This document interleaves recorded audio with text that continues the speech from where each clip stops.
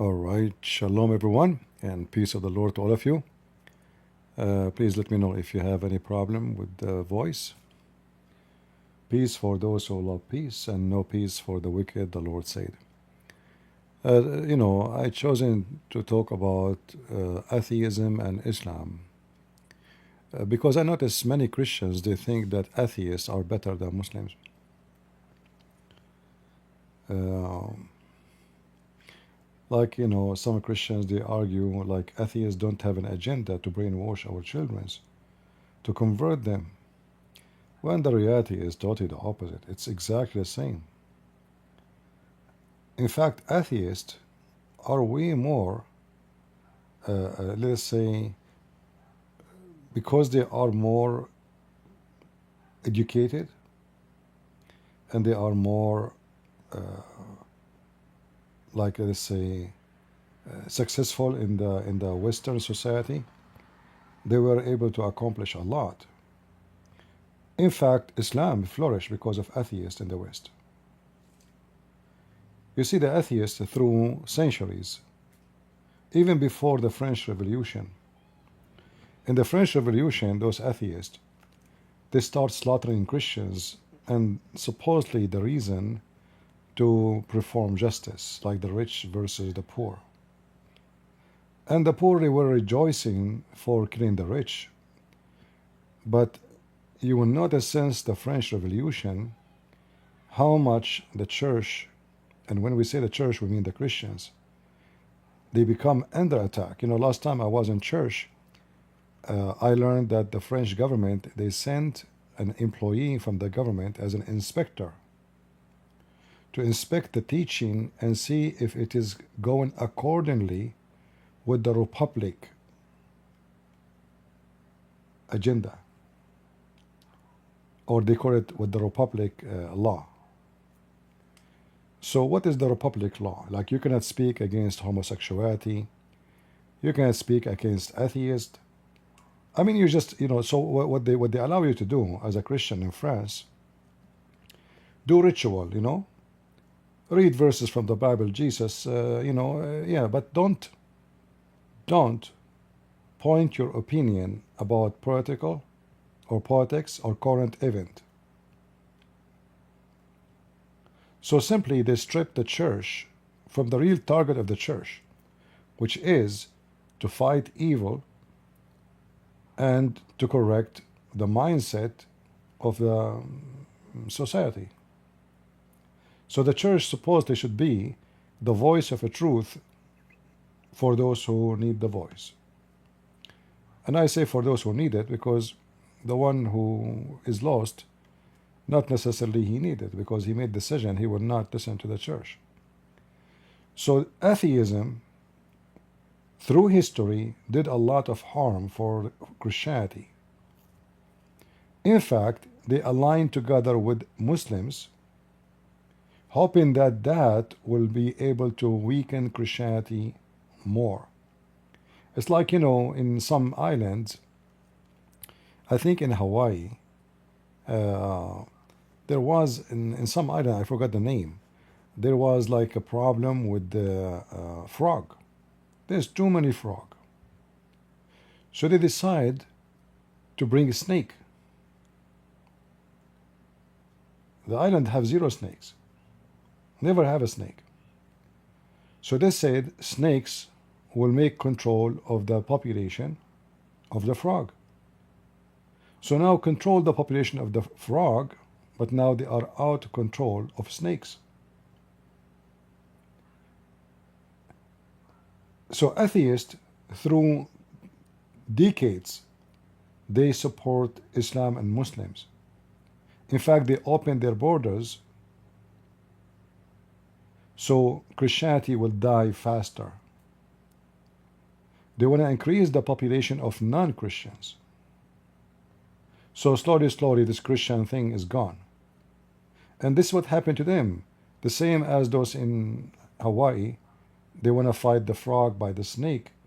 So they kill the frog, but now they have a big problem with the snake.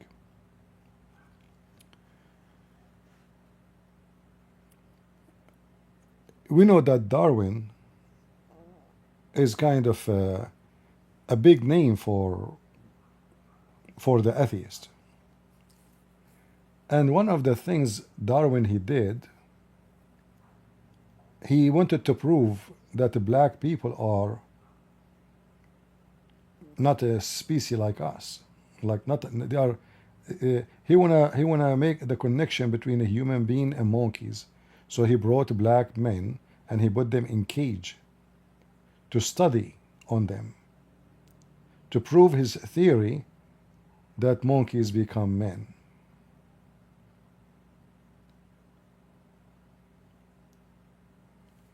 So on one hand, the atheists, they try to present themselves that they are people who care for human rights, but history say the other way. They are very racist, they are very vicious and very stupid, even though they are more educated than Muslims.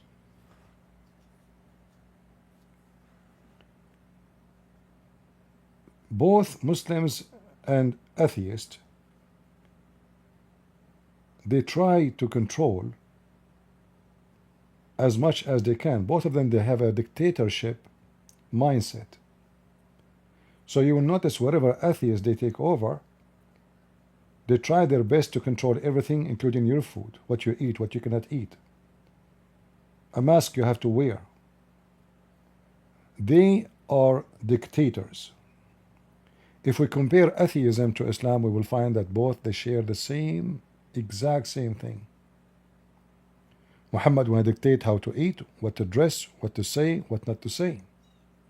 And the second you don't agree with Muhammad about what you like, you don't like to dress like what Muhammad wants, you will risk your life. The Muslim will label you as a kafir, and that will make your blood lawful. And this is exactly what the atheists they do. If you don't agree with them, like if somebody is a Christian, he want to study in the University of Columbia or any university, but he don't agree with Darwin, he cannot do PhD. They put even those a question in the questionnaire, like when you apply for the degree. They want to be sure that you agree with all their opinion, even though it's not necessarily scientific, before they allow you to be having a chair in the school. So a Christian person, in order to go and become a PhD in science or any field, especially it's about biology, he have to agree with the atheist. Otherwise, they will not allow him to be in the board or in the board of teacher or even a student. So what many Christians they do, they don't dare to say really what they believe, so they agree in everything so they can get into the school until they graduate and then they say their mind. Islam is the same way. I joined Islamic school. I got degrees in Islamic law. Was I able to dare to say anything really I say now about the stupid Islamic law in the school? I will never graduate. They will never give me the degree. I will be even fired from the school immediately. So both of them, they have the same tactic. Both are dictators and both are violence. In the time of Stalin, every morning Stalin, if there is no 5,000 name, every morning they present to him in his table to sign for execution. If the number is less than 5,000, he gets so upset. 5,000. The communists took over all the land which is controlled by so-called Soviet Union. All the churches become libraries. Every single church turned into library owned by the government. All the churches in Russia, in Ukraine, in all the Soviet Union.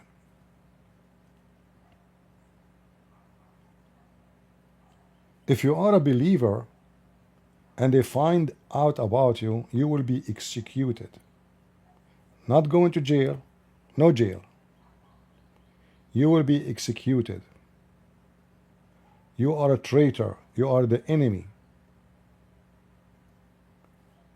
Communism is just another form of atheism, but it's a form of atheism with system of governing. Islam is exactly the same. They confiscate all churches and they turn them into mosques. And then they mistreat every Christians in order to make a mass migration of religion from a Christianity into Islam. So they occupy the land and they treat you like a dog until you give up, and then you convert to Islam because you want to save your family and your children from being raped and tortured and killed. And this way we can convert the whole country in a very short time. That's why Muhammad, he said, when you meet the Christians and the Jews, force them to walk in the sewage. And you can go and read so-called the Pact of Umar, which is very evil, present to you how Islam is extreme evil cult. In the comment in the previous video, and the one before it actually, there is an atheist. He keep making comment, and I will give you, this is him. You know, he keep making fun of Christianity. His name is Bamboo. You know, bamboo is empty from inside. Very empty. And I believe you've chosen a very good name for yourself. Hey God, why did you create the universe? And God answer, none of your concern. You are insignificant human ant, so don't ask questions. Here you see that atheists, they are not only stupid and shallow, they are, I mean, I don't know how to describe them. If we ask this donkey, is that what the Bible really teach? That don't ask me questions and you are nobody? Or the Bible says, for God loved the world, he sent his only begotten son. So the donkey like you should know that God did not create a world to hate and to demolish and destroy. In fact, God, he created this world to share his glory with us. You know, when God, he gave us our senses, and they are involve joy, not necessarily only pain. In fact, even the sense of pain, God gave it to us as an high technology sensor to know that we are sick or in danger. I will not know that I'm going to be burned if my skin don't have the sensor and the alarm system to tell my brain that this is hot, this is dangerous.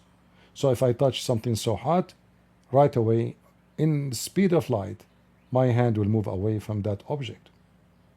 So even that pain was given to us for our benefit. Even science prove that when a human being, even when he is sad, when he cry, he feel a lot better. It take a lot of his stress. Even crying was a given gift to you.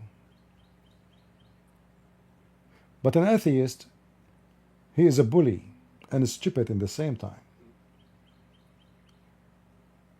In Christianity, God, he spoke to Adam. Even you can say, as he is saying here, he is just a human, he is nobody. But we see that God, he said, he felt sorry for Adam. Why God want to feel sorry for anyone? Who is Adam? So here you see, you stupid idiot atheist, that God in Christianity is loving and giving, and he really treat us in a way you cannot imagine. But because you are an animal, literally, you reject to be human. For us, we are a human. So when God he created Adam, he was thinking about how to make Adam happy. And that's why he created Adam as male and female. And he gave Adam all the senses to enjoy life. You enjoy life when you eat food. You enjoy life when you have a child. You see a gift of God coming to you. God gave you the ability to reproduce. In other way, he make you God, which means you can create even though you are not really the creator, but he gave you the ability to reproduce. That is an amazing gift. If you watch in YouTube, there's tons of videos will show you how a cat carry her kitten from place to place to protect them and to feed them and to care for them. It's a cat.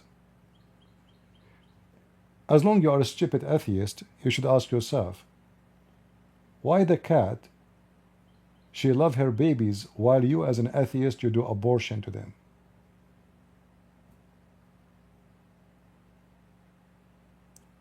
I will tell you why. Because you are not even an animal. You are a wicked. A cat, she is willing to die to protect her babies. A chicken, go and see the chicken. Go and see a fish. She swallow her babies inside her and move them from place to place. She open her mouth, all the baby fish go inside her, and she go directly to protect them from the risk. A fish.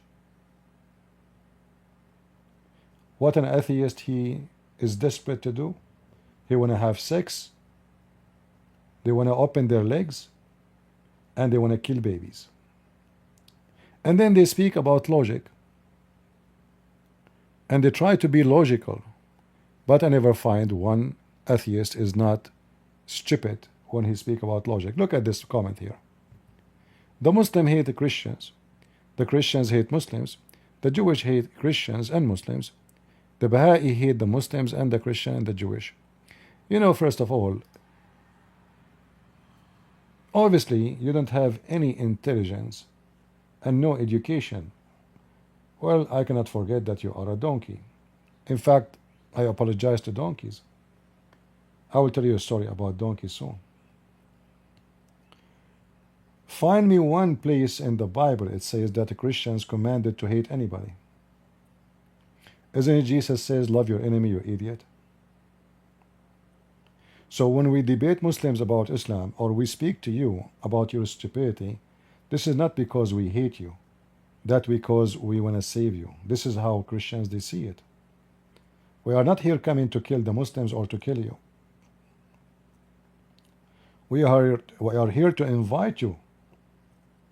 If I hate you, I will not invite you to believe in my God, to be my brother or sister in Christ. That is not how hate works. And if you reject, I don't hate you. Muslims and atheists, if you don't accept what they say, what they believe, they will hate you. And they will kill you. And we have tons of examples. Who dare in any communist country to argue with communists, which are atheists? Like, can you argue in North Korea with the biggest scumbag atheist in the world? Can you argue with the Chinese government? Can you argue in the time of the Soviet Union?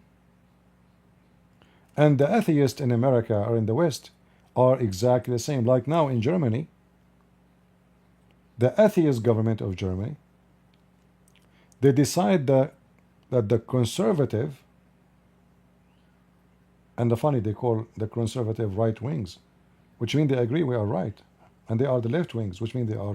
You see, the word left and right is religious. It's not about hand, you know. When they call us the right wings, they are admitting that they are the donkeys and we are right. So the German, they decide that conservative are dangerous and make a command from the Minister of security that all conservatives have to put under watch. So they can spy at your phone, they can spy at your email because you don't agree with them. It's exactly like Hitler. They are the new Hitler. Hitler is gone. They replace him. They claim that they are anti-Hitler, but they are the most fascist, Nazi people ever. And you will notice that all of them, those government in Europe, they hate Israel. All of them. I mean, it's amazing how they agree together.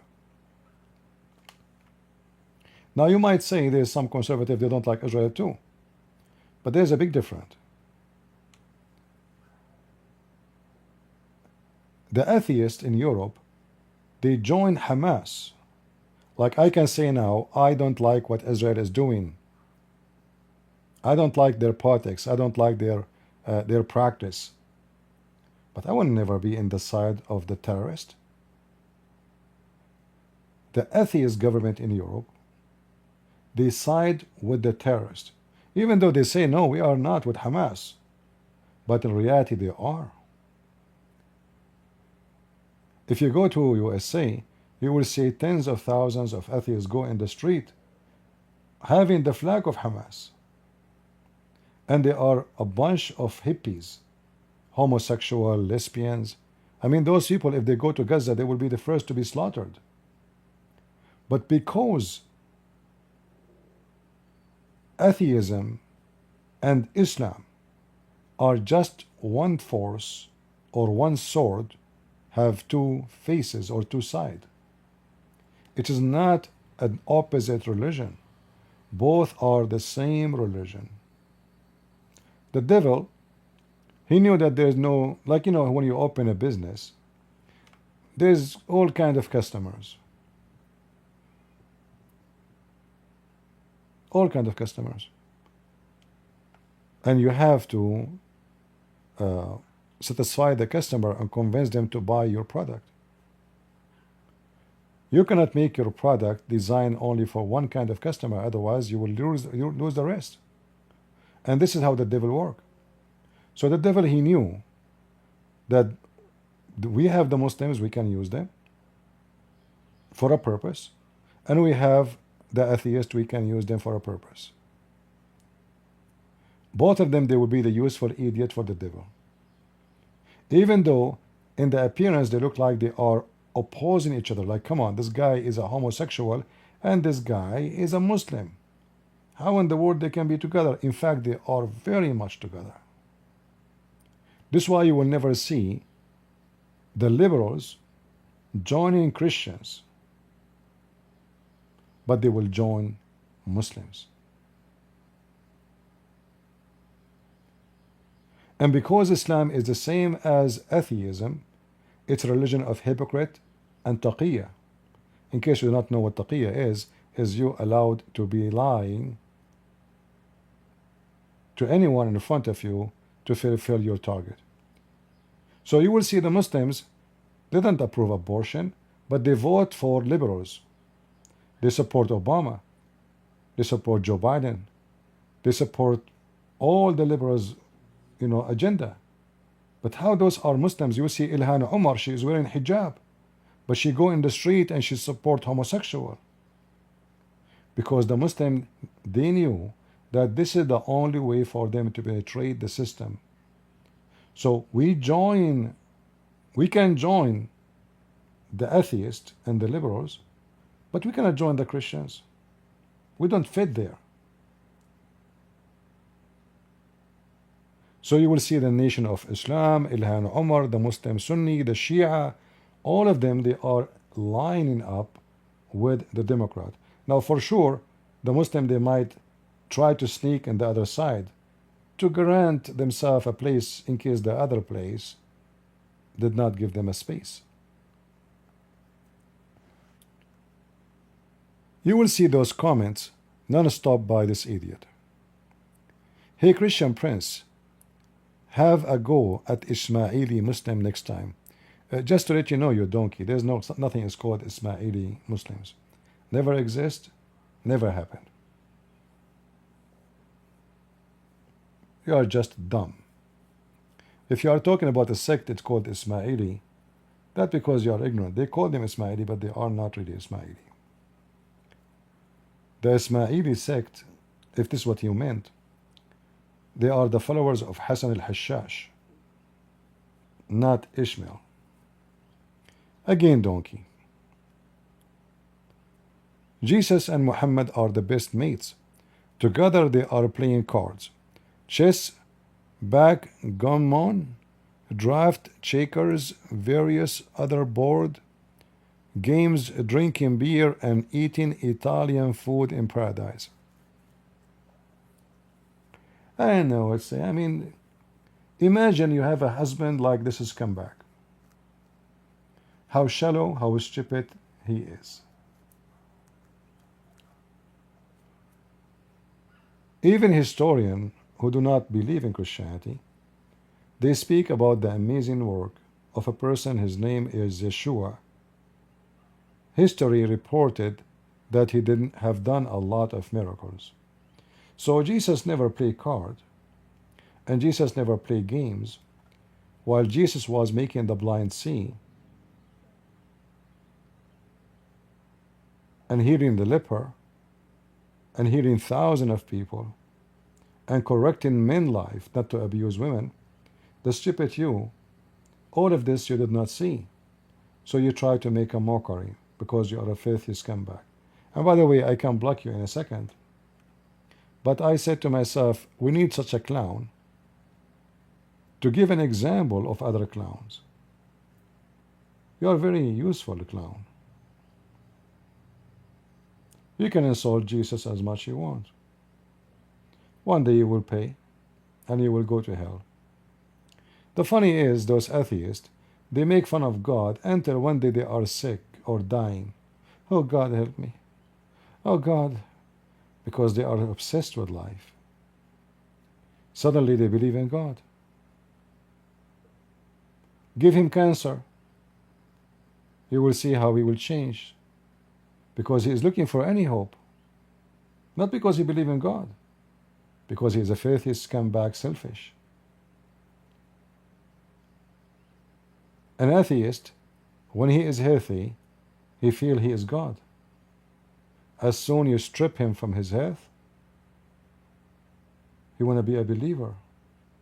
But you cannot fool God with that. You know that you never believe in him. You are begging because you need. Imagine you have a son. He never called you all his life. He left you home. You are old for 20, 25 years. He never say hello, Dad. And one day, he is arrested. Oh, he did not pay his mortgage. Oh, they are kicking him out of his house. He called his father, asking for help. He did not remember the father until he is stripped from his power, until he become homeless, until he become a person with no energy. And time will come, bamboo, and you will notice that you are truly, truly a bamboo. Wide, but empty from inside. In reality, you are not even 2 millimeter thick. 5 millimeter maximum. You are just a stupid fool and very light in weight. And if it blew inside you, we will hear a lot of wind. You have a vacuum inside you. If we ask ourselves, what does this guy accomplish from those comments? Nothing. He's just a clown. He's an atheist. Does God look like a fat old man with long and white beard? I saw the portrait of the ceiling of a church. Does Jesus look like a young man with long black hair? Is that really God? He have white beard? Is that, first of all, you idiot? This is not God who they have in the church. You are just mentally ill. You are so dummy. You can purchase books anytime to read about icons and their history. And even the colors have meaning. Even though me myself, I don't support icons for the purpose of worship, but I have no problem with it if it's for the purpose of education or documentary or even art. But because you are ignorant, you do not know that there is many they spend their life studying icons because it's a very, very extreme rich art. Even the color mixing involve a lot of skills. It's not just a picture they draw on the wall. So you do not know what are you talking about, and again you are being a clown trying to make a mockery. But I say you are mocking nobody except yourself and your ignorance. And you know, we will find more comment like this. I read the Bible many times and still I don't understand it. Am I stupid? You just give yourself the answer. Because the Bible is the most easy book to understand. God loved the world. God created the world. God created man, so man share his glory with him. God loved the man, so he gave him a family. He gave him ability to reproduce. He gave the mother the ability to reproduce a child and to love her children, and by nature she will be a caregiver.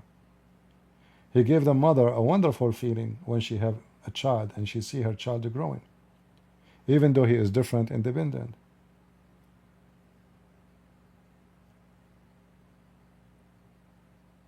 Everything around us is a proof of God, because there is no science can tell me why a chicken love her babies.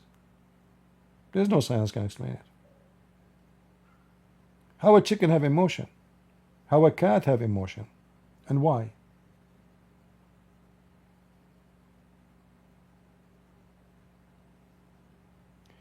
In the other day, I was watching a documentary about crab.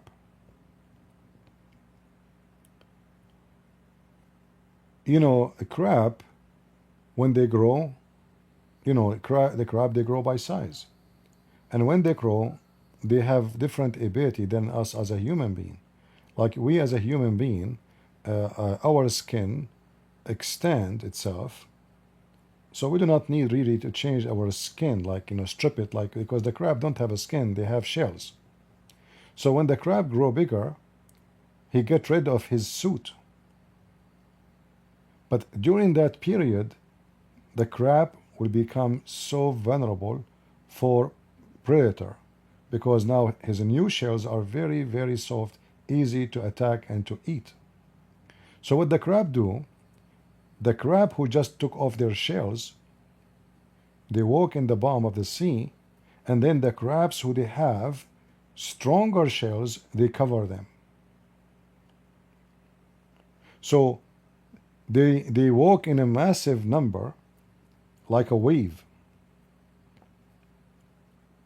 The one in the lowest, this is the one who they have a baby shells, which means they are very vulnerable for predators. They can eat them easy. The second floor is the one have a stronger shells. The third floor is the one have a stronger than the second, etc. The crab is social. And the crab understand, even though they have a very little tiny brain, the danger, the risk, and safety. You stupid, you don't. You don't. You expose your children to drugs. And you believe that the Bible is the most dangerous. So you forbid the Bible from school. Your son, your daughters are naked in the street and they are zombie, dying by thousands. Crabs don't allow their babies to die, even though they are crab. Crab are smarter than you. And the funny, crab is present at the word too.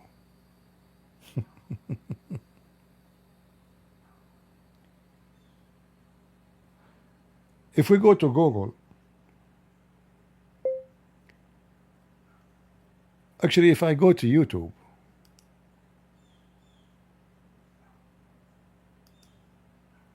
and I type zombie town, which town was going to come in my way?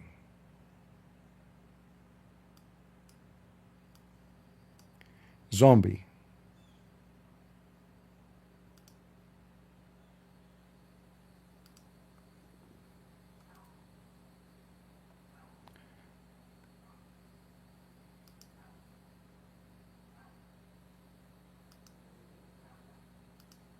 This is you.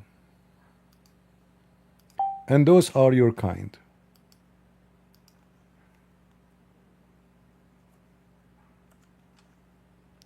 A bunch of zombie. Atheist. They don't want the Bible in any school. They don't want religion. They don't want anyone to teach them ethic. They want to F each other and take drugs. They decide to become animals. And they are living not even like animals. Animals have way better healthy body and mind. Look at them. Those are your atheists. I'm not making mockery on them, by the way. We feel so bad for them. But this is what they did to themselves. Nobody did it to them. The Bible is dangerous, but drugs is not.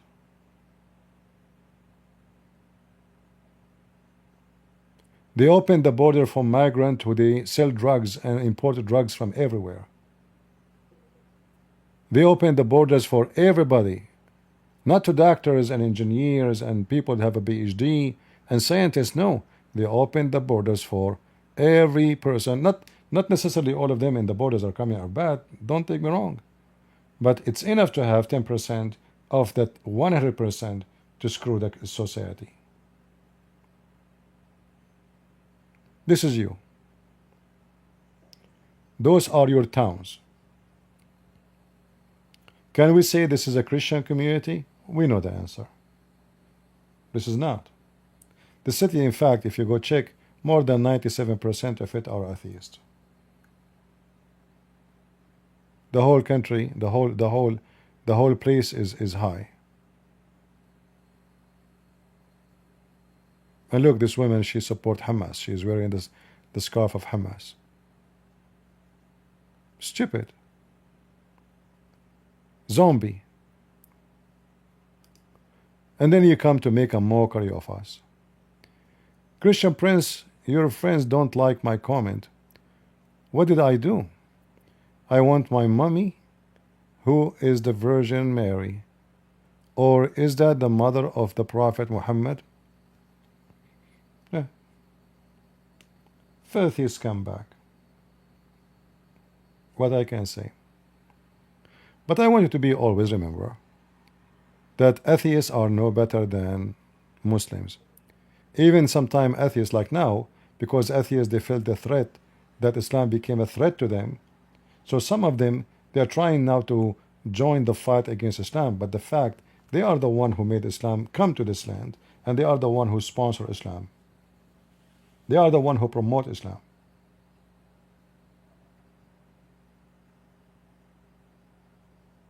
The atheist is the one who voted for Ilhan Omar to be in the Congress. No Christian will vote for those people.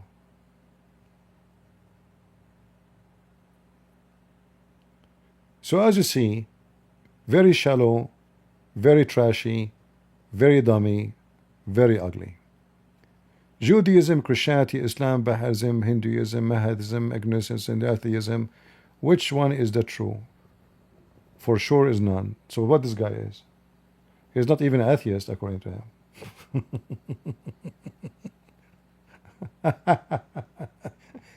He is the animal who have nothing. I'm willing to be a baby sitter for baby Jesus. All right, it's time for me to send you to the sewage. Let us block you. We use you for the sake of exposing your stupidity. I have to, let me go to the page there, and I will block you. Just come back. You don't deserve my patience.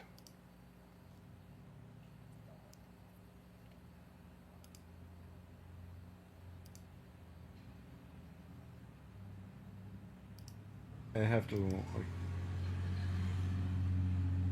let us see, where is the comment?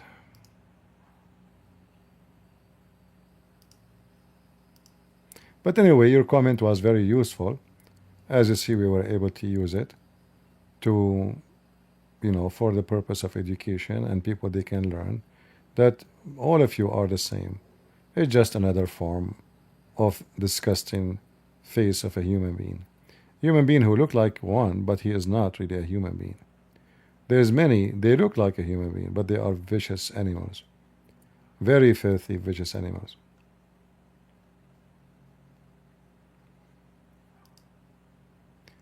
And time will come and you will pay.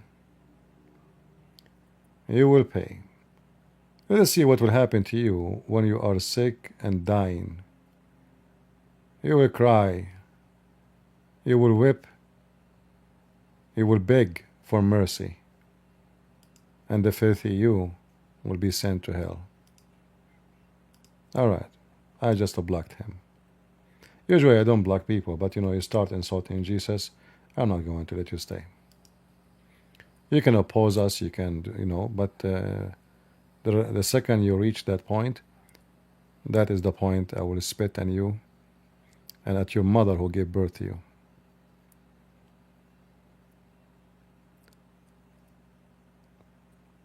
Anyone have a question?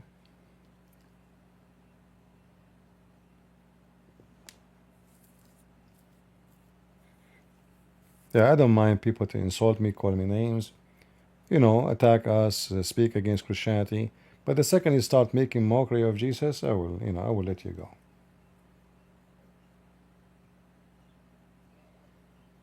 If you wanna speak against Jesus, no problem. You can say he's wrong, his teaching is wrong, post something, post a verse, but it's just a silly, stupid thing just to insult.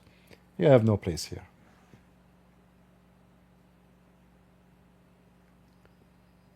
Any question?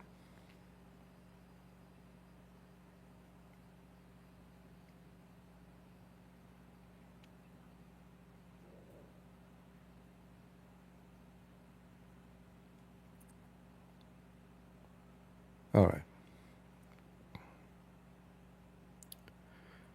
Making and selling alcohol is a sin? You mean in Islam? Yeah, this is in the Hadith, not in the Quran. The Quran actually praise the alcohol, and then the Quran contradicts itself, saying that alcohol is from the work of shaitan. And then Muhammad, he said, this is when Muhammad, he got so sick because of the poison, he's dying, he cannot drink alcohol no more. Otherwise, Muhammad used to make alcohol, teach how to make alcohol, and he used to be drunk. The hadith says yusqa lahu bis-saqqa, which means he drink like an elephant.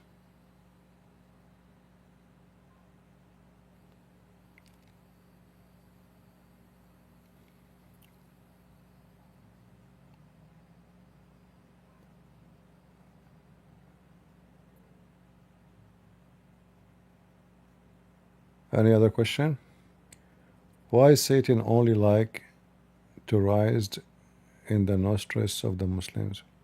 Yeah, for sure, this is one of the stupidest stories of Muhammad.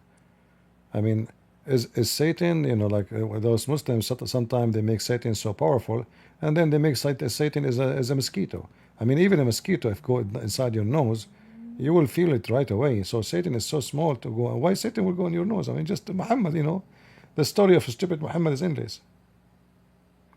However, we are grateful for the stupidity of Muhammad, because Muhammad is smart is very hard to fight from Muhammad the stupid. You know what I mean?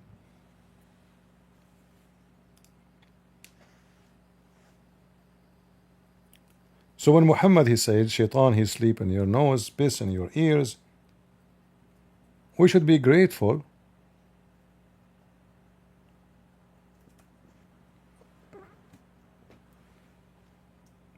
to the stupidity of Muhammad,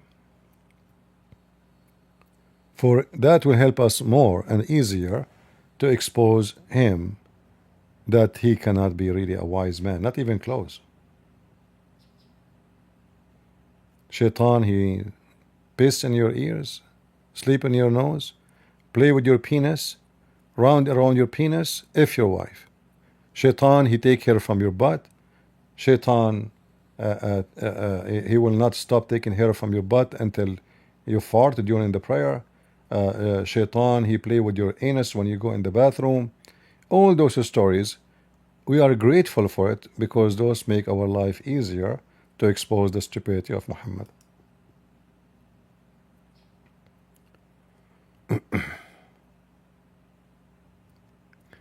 Where in the Quran mention, the Quran is not talking about the mother is blessed, but the Quran says speak about to take care of your parents.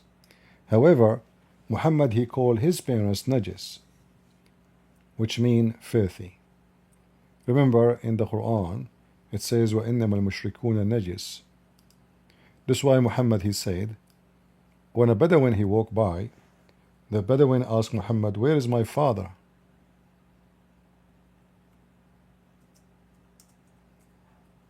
Muhammad, he said, your father is in fire.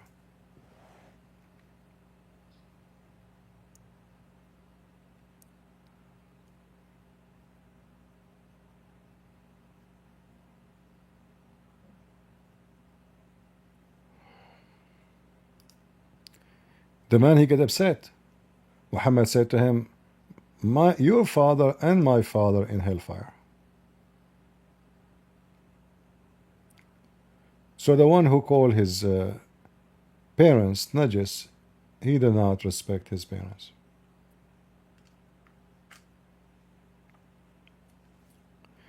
There's a hadith, the Muslim, they use it always, which saying that heaven is under the feet of the mother.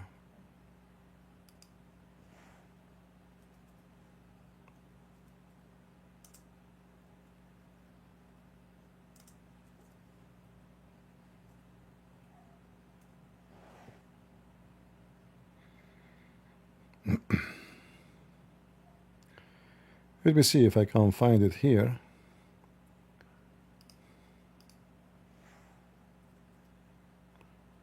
If not,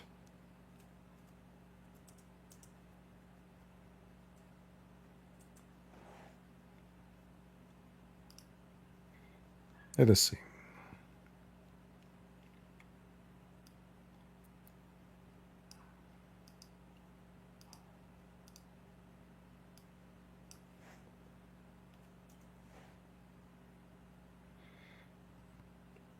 Until now I cannot see it.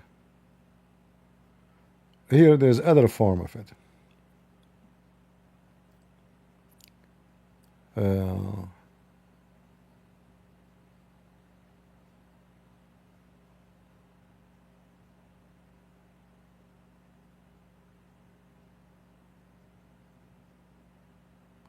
Yeah, here it says like a guy, he came to join jihad.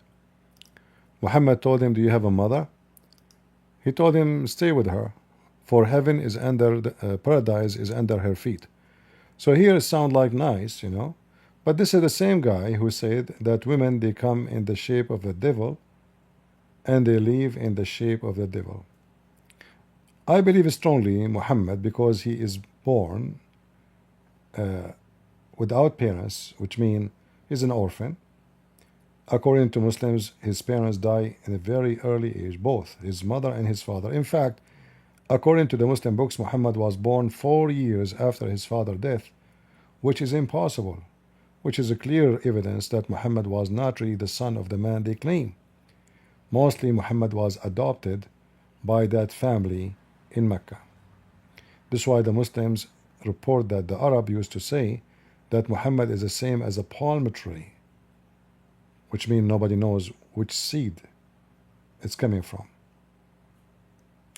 Like a palm tree in the middle of the desert alone, which means there's no parents for it. Nobody knows who is the seed, where the seed coming from. Like sometime a plant, come and appear somewhere. How this plant appear? There's no other trees there. So it must be a seed fly from far distance with the wind and found a good soil to grow. And it grew. It became a tree in the middle of nowhere. So Muhammad sometime, because he grew up without a mother, he is speaking nicely about mothers. But Muhammad, the same person, he believed women are the most evil, yet he wanna if as many as he can of them. So they are the devil. They come in the image of the devil. And then we find that Muhammad is speaking about heaven is under the feet of the mothers.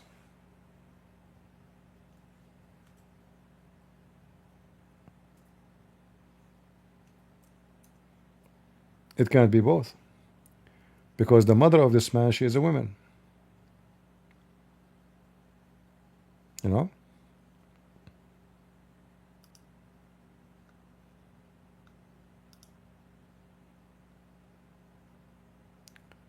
For some reason we are not able to zoom in. Here we go. Any other question?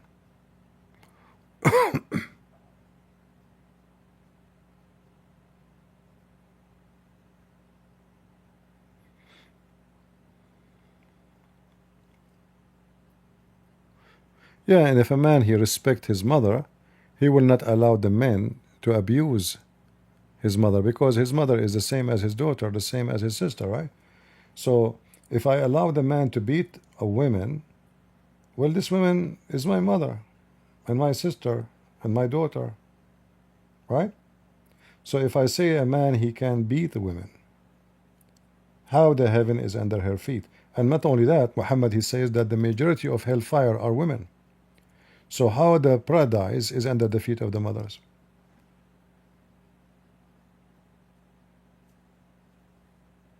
According to Muhammad, Allah told him the majority of hellfire mankind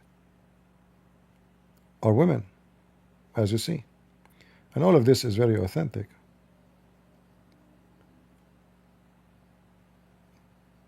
Not 50-50, not 60-50. The majority, which means the massive number, we can say 90 to 10. So 90% or even more of people of hellfire, they are females.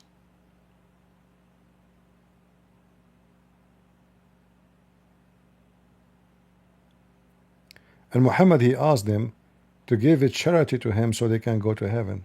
So Muhammad actually was saying to the women, you are stupid. He says you have a lack of common sense, you are mentally ill, you have deficiency in your religion and your intelligence, and that will make you go to hell.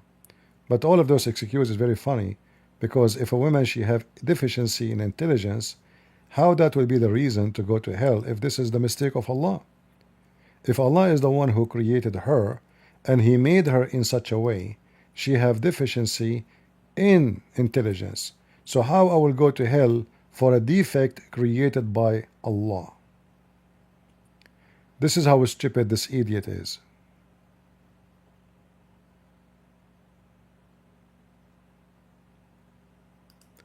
This is not a statement of someone having intelligence, but he have a wicked, stupid mind. Why women they will go to hell according to Muhammad? Because they have menstruation and because they have lack of intelligence. But neither of those it was created by women, if they are true. I mean, yes, the women have menstruation, but the lack of intellect, this is depends from person to person. There's men are so stupid, there's men are so smart, there's women are so smart, there's women are so stupid. This is different from place to place. In fact, we inherit from our parents a lot of things. Like, you know, if both parents are with high IQ, most likely the children's will be the same. Same, you inherit your height, you inherit your color, your hair, your eyes, you know. It's a mix of two DNA together. If one of them have a defect, or both of them both have defect, then the defect in you will be double. So if your mother is short, your father is short, they will give a birth to a son, he's a shorter. If the man is short, the woman is taller, then the son will become taller from the father, most likely. If a white man marry a black woman, the son will become not totally black, not totally white, mix. So what Muhammad is speaking about here is just a form of stupidity, because even if this is true, that women, they have a lack of intelligence and they have menstruation, how would that be the reason to go to hell? If you are Allah, the one who made them this way.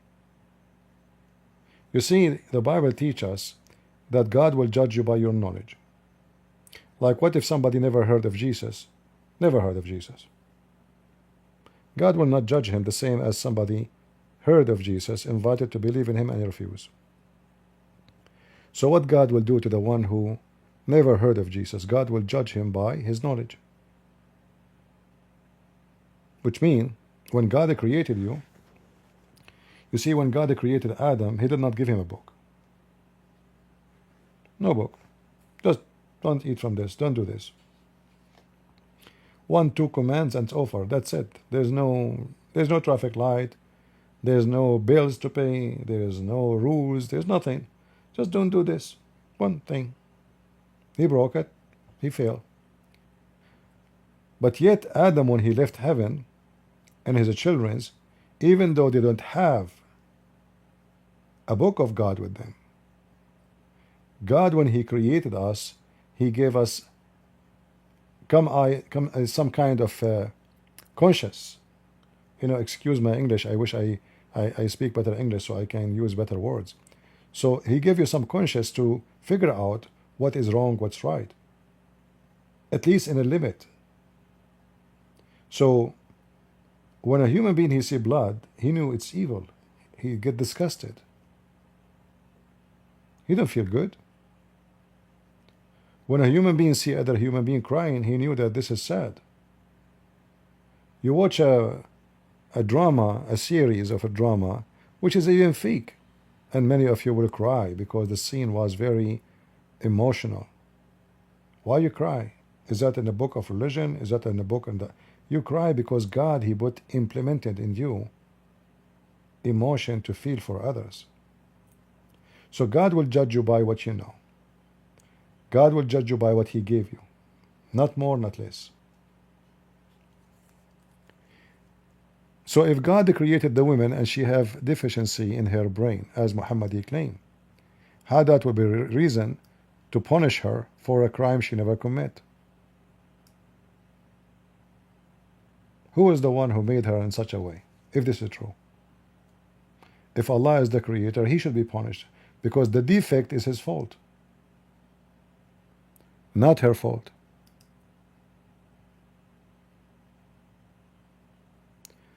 This is how stupid Muhammad is.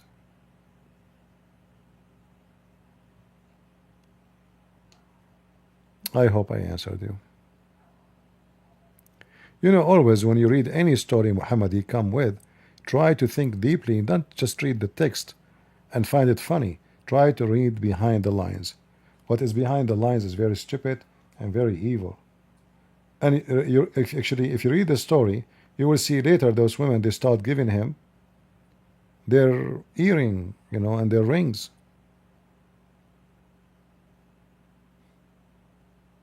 So the whole purpose of Muhammad's speech is just to scare the hell of them and make them donate their earring, their gold, their bracelet, so he can get rich. It's a scam. I come to you and say, if you do not donate to Christian Prince, you will go to hell. Like this guy, what's his name? The one who claimed to be the Mahdi.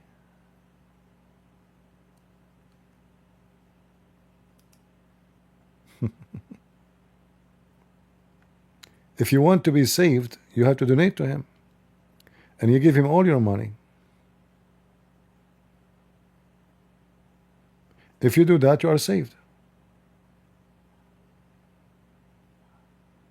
right? If you do that, you are saved.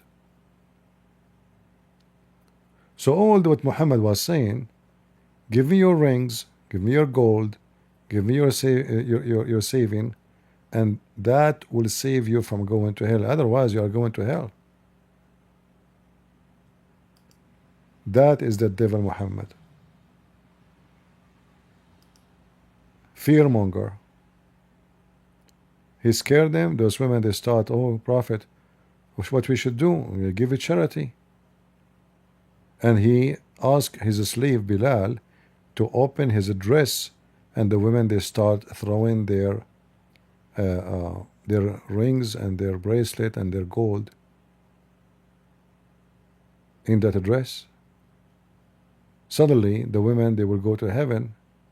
The same women they're supposed to go to hell, just because they gave some rings, now they are good to go. And they are lawfully qualified to go to heaven. Just pay. And we find this practice happen through history, not only by a scumbag like Muhammad. Many false priests during history, they try to scare Christians, say to them, if you don't give us money, I will curse you, I will cast you. The priest, he claimed that he present God in this earth. So he is the one who decides you will go to hell or to heaven. And this poor Christian, oh please, you know what I should do? I give us donation, give us money. But those that don't present Jesus, those are evildoers. In the case of Muhammad, it is Muhammad.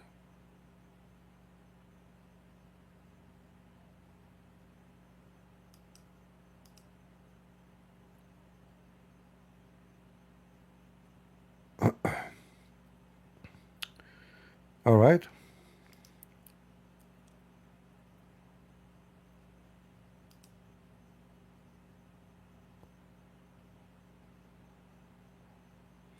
You guys keep talking about notification. How many times we say it? Subscribe to Patreon. Don't donate. It's for free. Download the app of Patreon to your phone. It is secure because this is financial website app. Is not made for chatting. It's made for finance. So it's very secure because it involves banking. So download the app. Subscribe to my page in Patreon. Don't donate to me. No problem.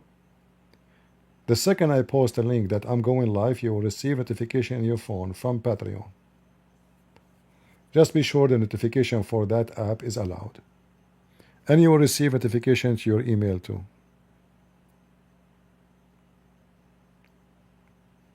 Right? What is the sin against the Holy Spirit? There's different kind of sin, but the biggest one is the one who insults the Holy Spirit. He will never be forgiven. Otherwise, all sin is an insult against God, and God is a spirit anyway.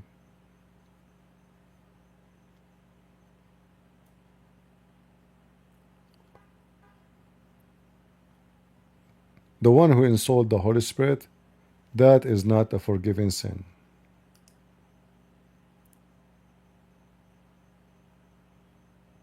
Now, we do not know.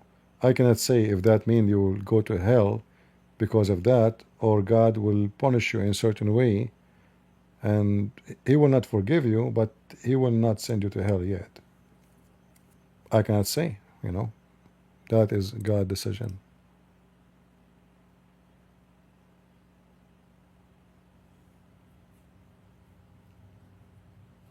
All right. I'm not going to keep you long. I noticed that the video is long, nobody watch it. Video is short, nobody watch it too. However, I do my part, and I like maybe YouTube is trying to conceal my channel because it doesn't make sense, like the number of viewers. There's no way we will have such a low view. But obviously, YouTube playing some games with us.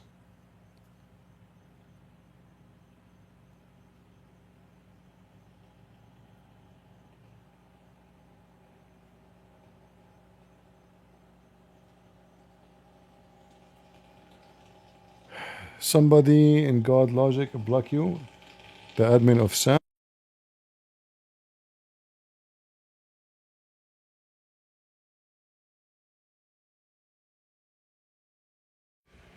We have an idiot in our street. He bought those motorcycle, like bicycle motorcycle, and they make too much noise. He keep going backward, forward. What an idiot. Uh, you see, I noticed that those, like, if you notice, many of the admins that used to be admin here, other Christians, they took them, like the second I put somebody an admin, they make you an admin there.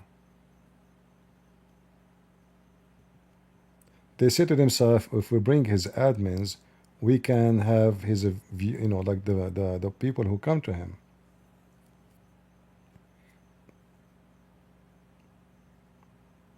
Most of the admins they have, they used to be my admins. And I warn anyone, if you want to be an admin to other channels, you have to tell me, otherwise I will take you off. Because I don't agree with those people. Most of them.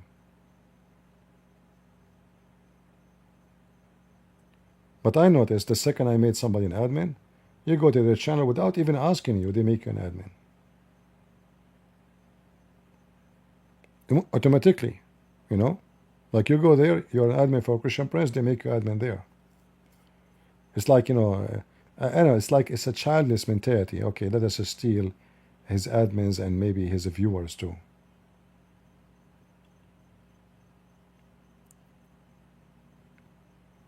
Same time, if you think those channels are not good, don't go there. You should not go around complaining about somebody block you. Just go. I mean, it's internet. Like, did he block you from heaven? It's just a stupid YouTube.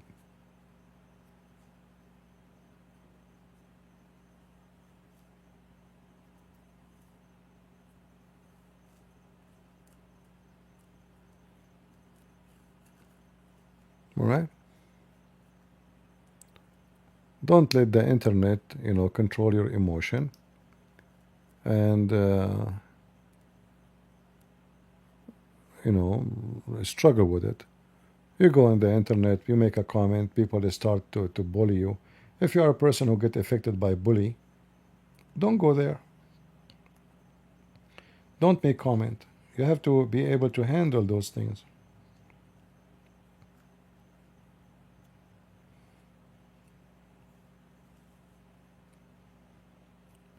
All right?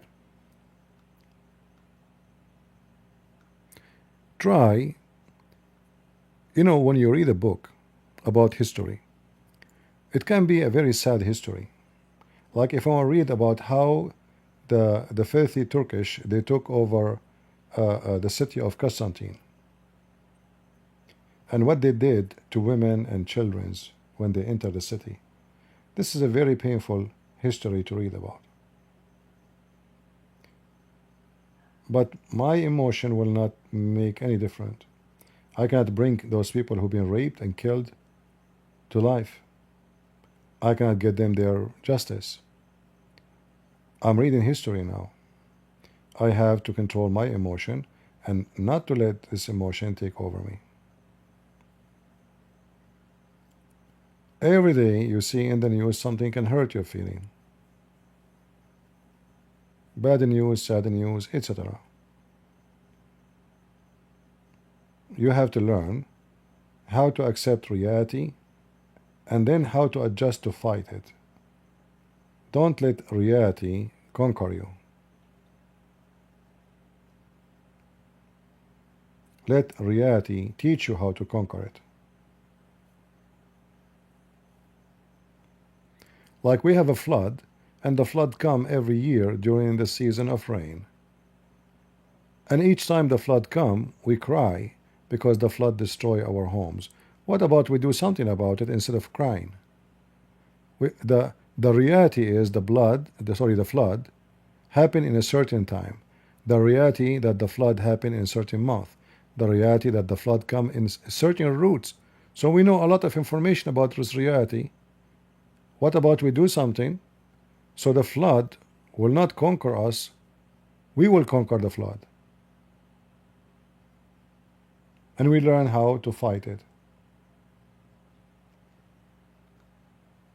You know what I mean?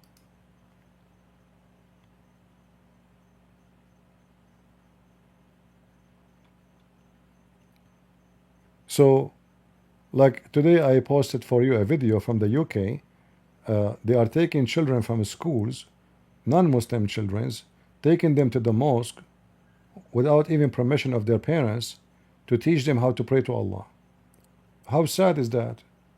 So we cry about it or we do something about it.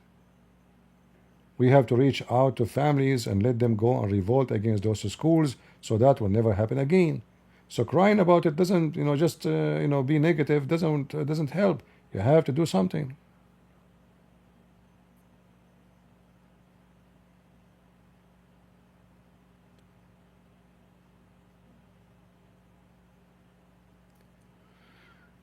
Is the hadith about Mary and Muhammad are sahih or weak? Any hadith in Islam is sahih and weak in the same time. Depends what sect you are talking about. Every school of thought, they have different answer for the same question. Even sometimes even the same school of thought or sect, they have multi answer for the same. Like as an example, how many years the woman she can be pregnant according to Muslims? The same sect say 3 years. The same sect say 5 years. The same sect say 7 years. So which one?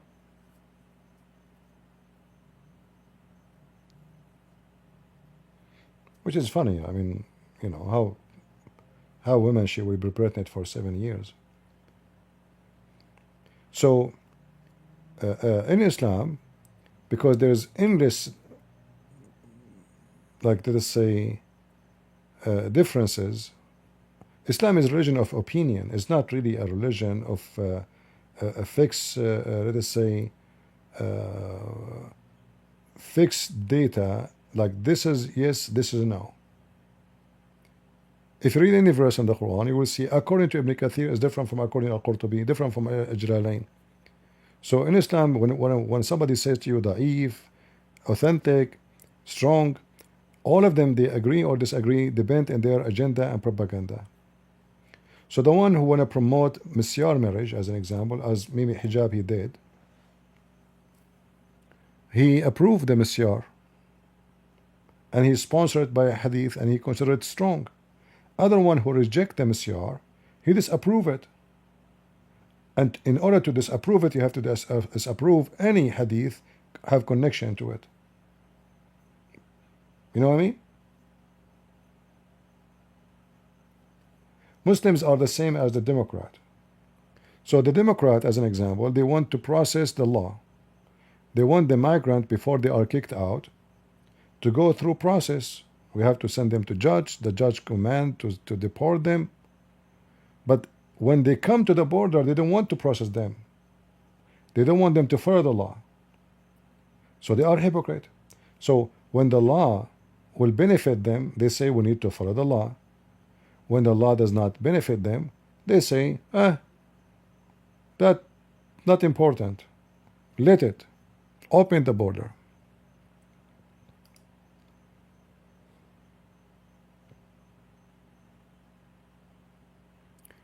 Like you see in Christianity, we don't disagree about what Jesus said. You will never see one person disagree. We can disagree about icons.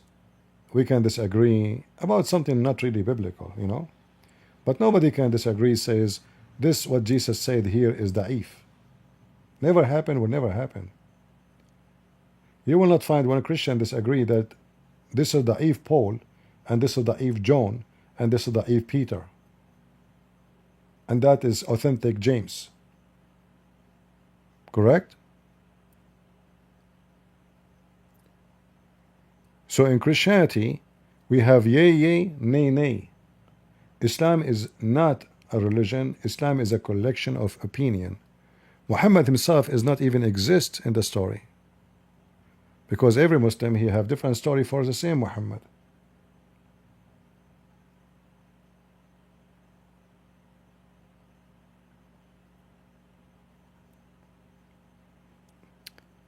Anything else?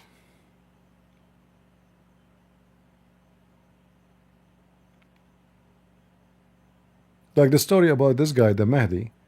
How many hadith, how many, everyone have different story about the Mahdi.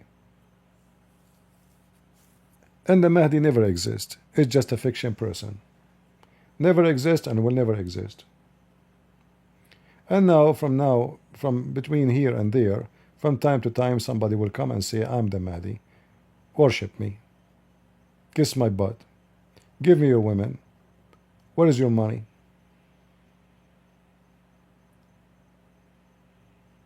But for us as a Christian, if somebody claimed to be the Messiah, we will know right away he's a liar. Because when the Messiah come, we know that he will come with the glory of God, not the glory of a man. He will not be like us.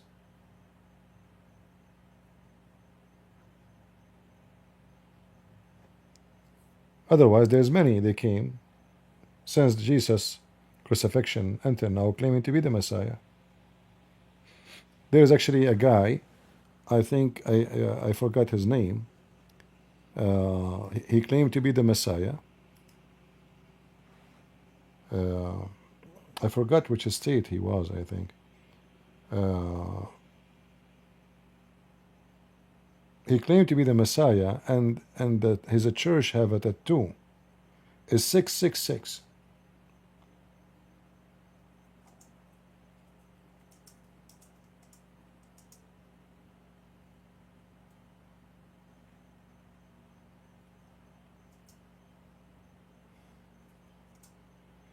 Every member of his church, he have a tattoo of 666. His name is Jose Louis de Jesus. Jose Louis, he called himself. And every member of his satanic church, he have to have a tattoo of 666. But you know, for us, we know that whoever joined this group are satanic. Those are a bunch of lousy fornicators following a fornicator.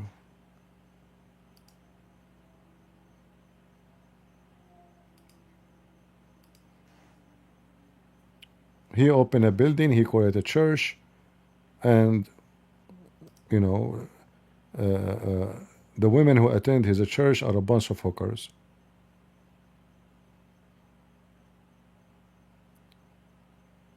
And then he died in a very horrible way, I guess. All the women, they have to put tattoo, have his picture on their skin, and the number 666.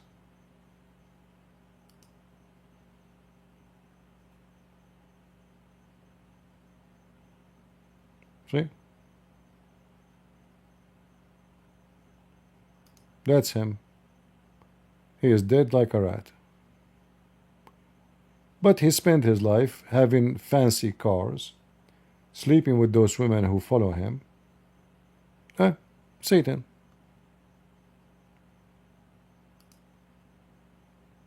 Satanic man.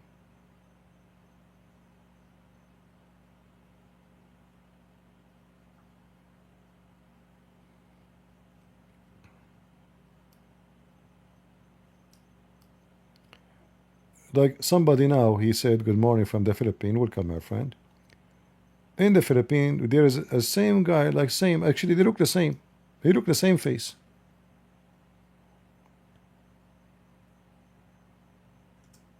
He called himself the Son of God.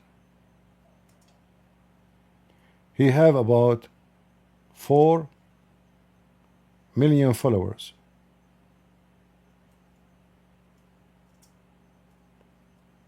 He owns cities, massive real estate.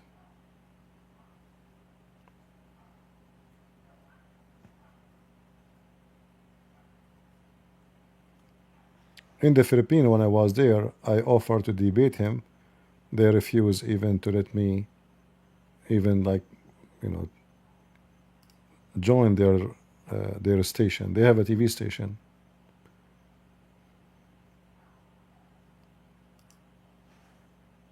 The 700 club, they contacted them, offering them debate with me. They refuse. By the way, I have an interview in the 700 club in the Philippines, but I think they did not publish it because then they signed the agreement with the Muslims in the south, which I did help the government. I gave my opinion about that agreement at that time. So this is the guy. He was arrested lately, and he is wanted for sex trafficking, sex with the children. Look, those are his followers.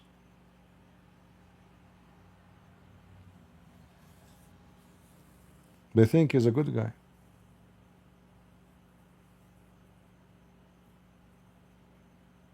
I mean, this idiot, he claimed that he is the Son of God. Always those satanic people, they will find a bunch of fool to fool them. It's not new.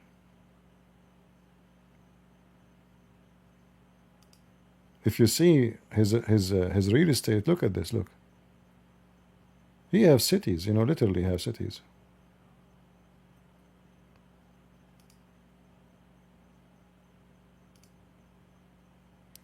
He have a property around the world. He owns thousands of hectares in Philippines. Buildings, theaters. When he walk, people walk behind him with umbrella. His Majesty. Bodyguards.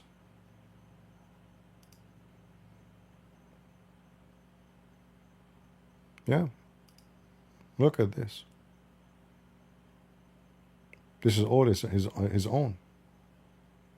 The Filipinos are desperate for food, for work. They go overseas to work in many kind of jobs just to feed their families. And this guy living as a king in the Philippines. He have no job to do. He is just a son of God. Give me your money. You live in the slum. I live in a palace.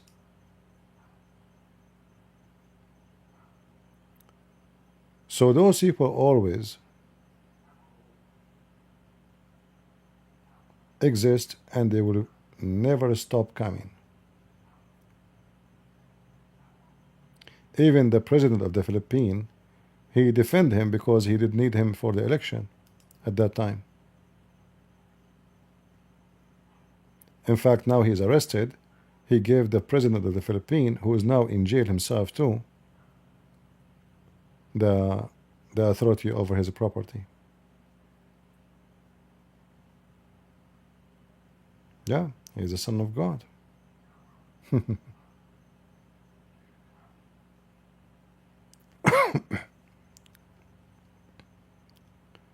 um,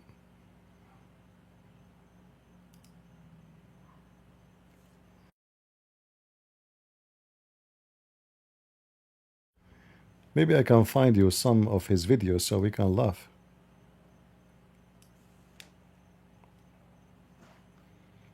Give me a second, let us see.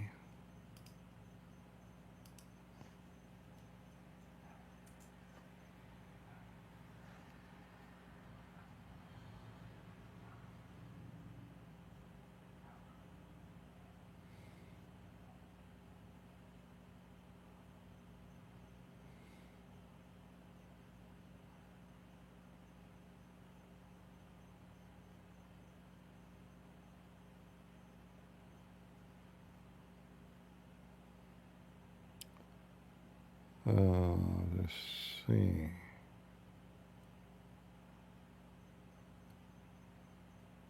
I'm trying to find you any video about him we can use. make you hear. And you know, in his church, they put, you know, I noticed like in most of Asian countries, there is some kind of obsession with white women. And women even, they take whitening, you know, to whiten their skin. Everybody want to be white, which is very weird. And I mean, the human being is very weird. European, they want to get darker skin. Michael Jackson want to be white. Asian, they want to be white. European, they sit in the sun until they burn themselves like a barbecue, desperate for a color. And the rest are desperate to become white. Because a human being is a fool, right? So you will notice in his church, the first thing I notice, the Church of Satan, the camera always, they have a group of women who they have a very white face. And, you know, like, let us say they look, somehow they look pretty. So right away I noticed, first time I saw it, I thought it's just a church, like any church. But right away I noticed there is something wrong in this garbage. I mean, why the camera in this so-called church are focusing on the faces of those women? Yeah, I could not find even one video. Because when I search his name, or what I see now, here we go. I found one. Look how massive, guys. Look at this. Look how massive this is. You can imagine how much money this cost. Look at this.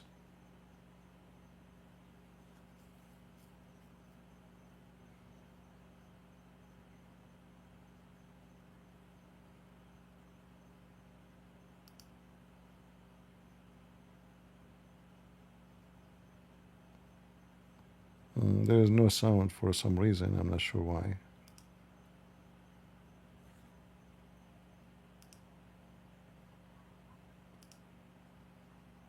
Can you hear the sound from your side?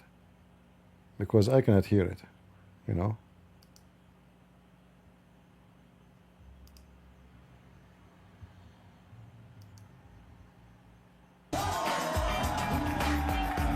What happened? Why we jump here? And I don't know what happened. What? Oh, this is the same place? They jump from this to this? Yeah, you see, this is an example. Look how those women, their hair is done, their clothing, and the camera focusing on them. Big scam. Big, massive scam.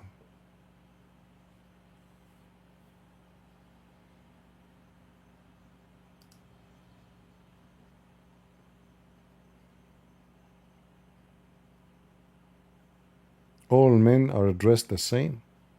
All women are dressed the same.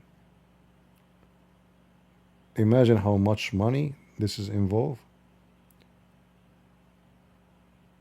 All men, they dress the same suit, same look. Women, everybody.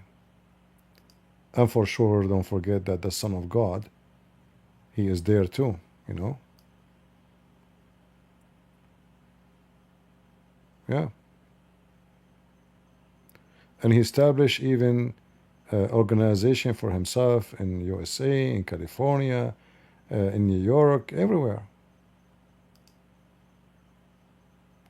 I don't know why the sound is not working in this video, because I wanted to make you hear the so-called Son of God. He is just so stupid, so dumb, and so fake.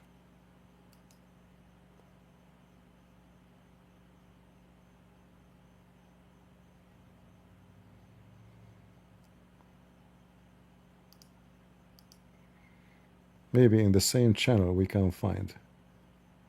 Here we go. Mahan, sa makausapa kami nagaduol. Lupig pa'y announcer, bugnaw kay tigog.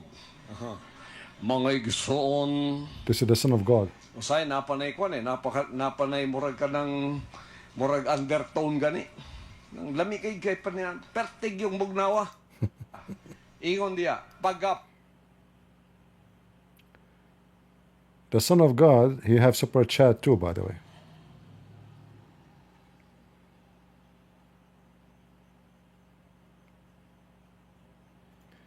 Is this a Pentecostal? What does have to do with that church? Those are just a bunch of false. Those are not Protestant. This guy, he claimed to be Jesus.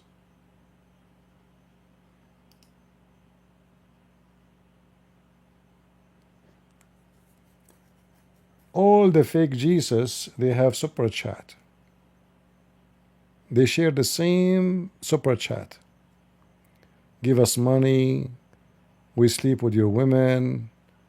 You know, and God love you. You know. Yeah. Yeah. I tried to debate him actually, but when I offer actually, I did not notice that this guy is.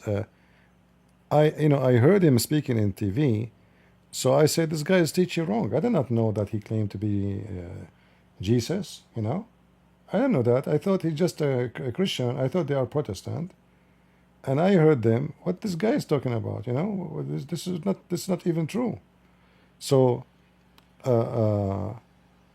When I contact their organization and I said, I wanna speak to him and I'm willing to debate him, they said, don't call here again. You know. And then when I spoke to the 700 Club, they have interview with me there. We spoke about, this guy, if they can organize any challenge of a debate. They told me this guy is so, like, he will never even, don't think about it. You know. You have millions of followers in the ground. Money, weapon, you know. Even the police, when they came to arrest him, they have a very hard time to arrest him.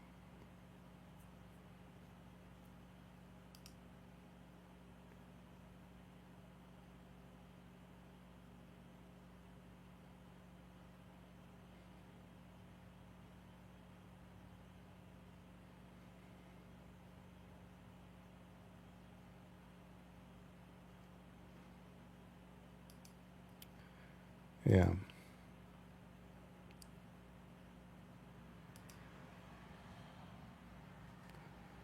The 700 Club, I was invited to it by a Filipino actor. I don't know if you are a Filipino, I'm sure you know him. He is the one actually, he introduced me to the 700 Club.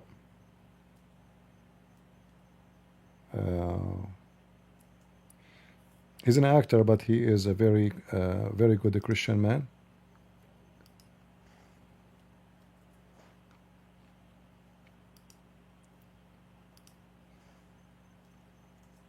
This is him. His name is Mary Kiyamo. He have a program in the 700 Club too.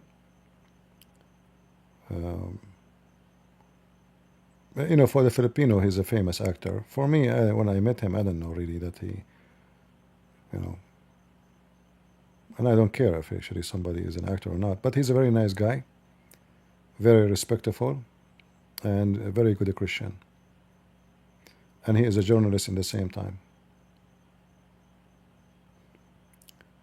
You see here, this is the 700 Club. This is Facebook. Where's the audio? I will always be thankful to Pat Robertson and the 700 Club for leading me to the Lord. Never kong naisip noon na balang araw ako'y mapapasama sa mga hosts ng Pinoy version nito. This is the guy, actually, I met with him. And as I've been told, that originally he is a Lebanese. This is the head of the 700 Club in the Philippines. And he is the one who did the interview with me, actually. All right.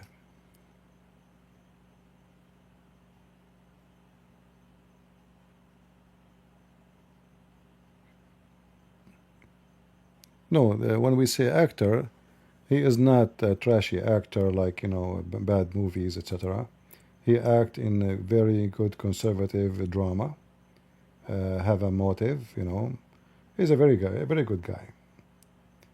Being an actor is not a bad thing because you can do in your act present some good ideas for society.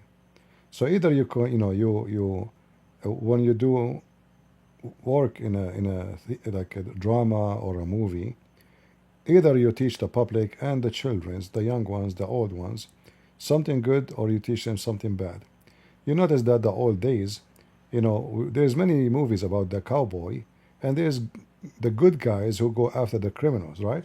Even though there's a violence in the movie. Then Hollywood switch from making movies about the good guys going after the bad guys, to that the bad guys are the smart, and they are the one who outsmart the police. They are the smart thieves. They are the one who kill. Nobody killed them. At the end of the movie, they rob the bank. They go to Hawaii, and they are sitting in the beach with a bunch of blonde girls. So Hollywood is very responsible for all the crimes we see, or the massive increase of crimes in America, because the movie industry, they switch from teaching us good things to teach us how to be evil. So movie theater and drama and all those things, they can either impact the society for good or bad. All right?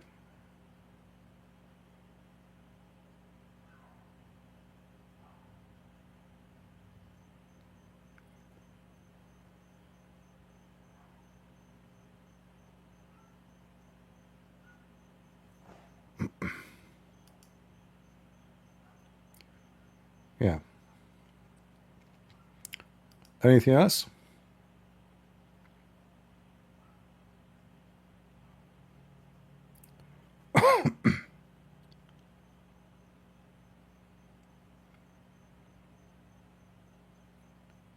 And those people, the Filipino I met, all of them, they look very simple. They are very simple Christians, very nice Christians. But in the same time, they are connected to the most powerful people in the country. Like through those people I met, during the Speaker of the House, the Speaker of the President, the founder of the Constitution of the Philippines, the head of the Senate, congressman, the foreign minister of the Philippines. I mean, you name it.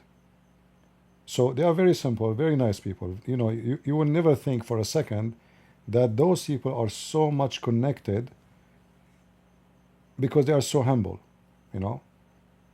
They don't, there's no sign of them to be those, like the way we know about people who they are connected.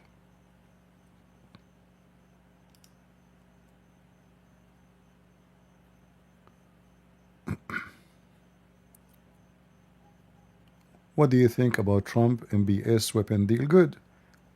Let them take our junk. Because all those who sorry, anyone buy weapon from USA, he's buying junk. Because in a few years from now, it's useless. No? They are just buying steel. They cannot copy them, they cannot make out of them something, and they cannot even use them. Like, even when they sell you a weapon, you sign a contract that you have to get approval to use those weapons. Like when the Chinese, they sold their defense system to Pakistan, the Pakistani could not use it against India until the Chinese approve, say yes. Imagine, you bought the weapon, still you cannot use it. Okay? The Russian, they sold their weapon to Georgia and to Armenia. Putin did not allow them to use the S-300 against Azerbaijan during the war.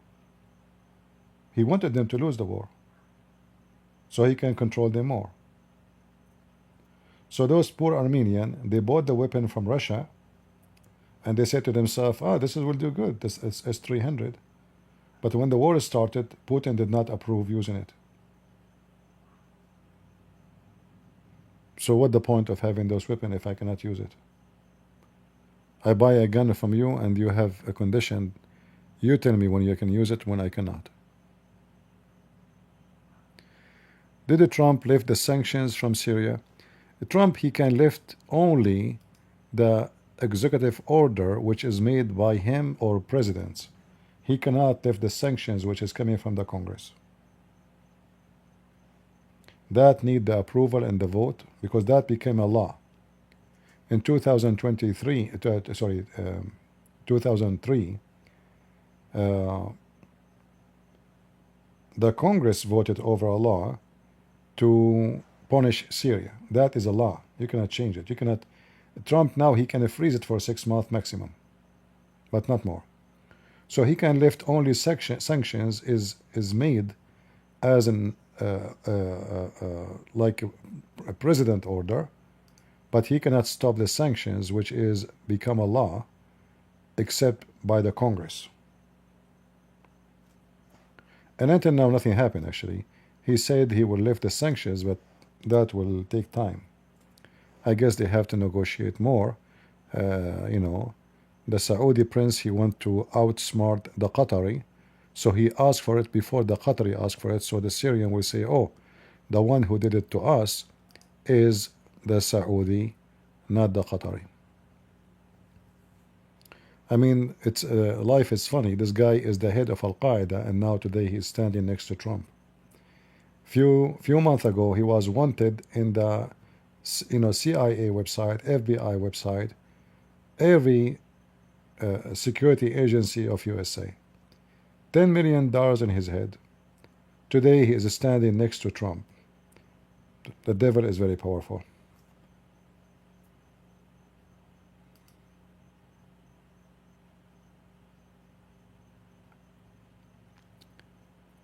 All right.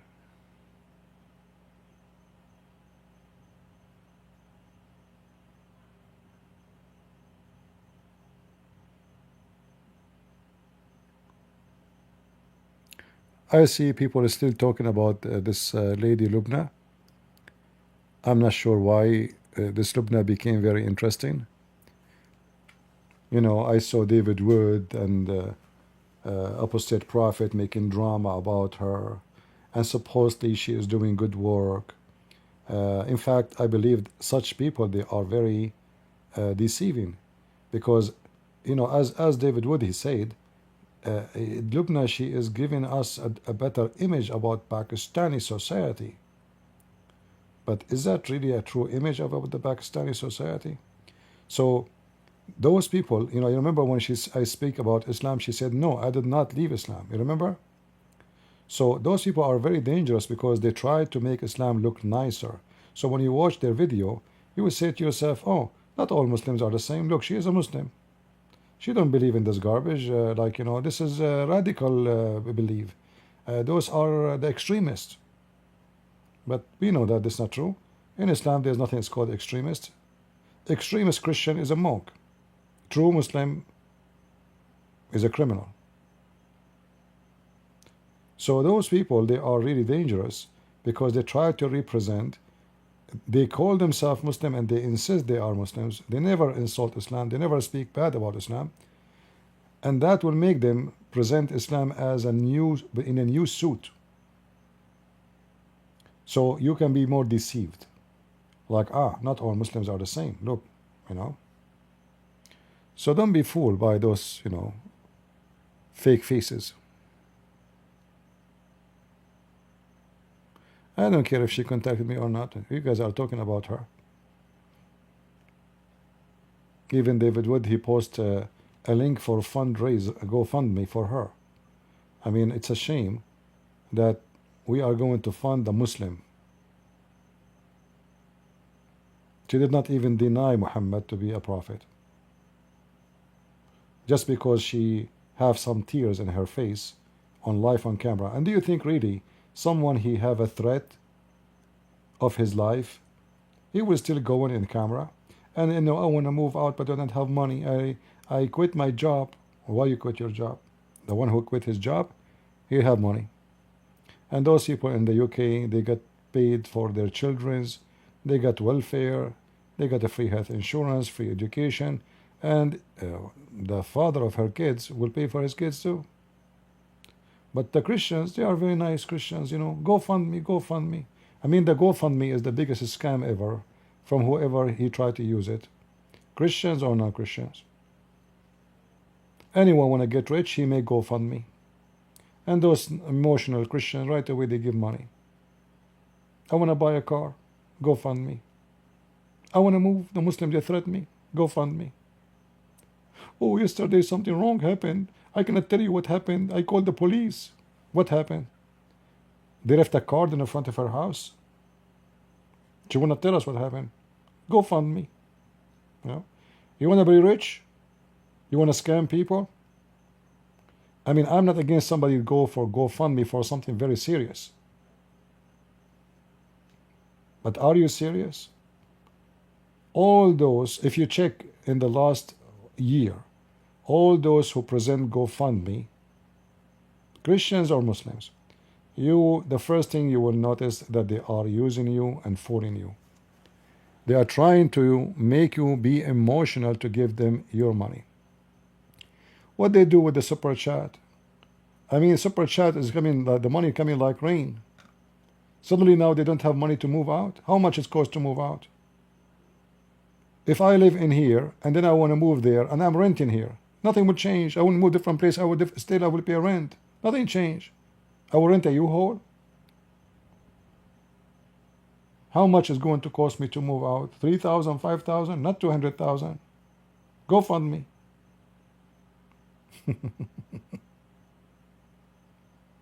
Yeah, and you know, people are very emotional and very naive, and you know, and the whole idea, you know, of this GoFundMe, I will use my publicity because I become a public figure.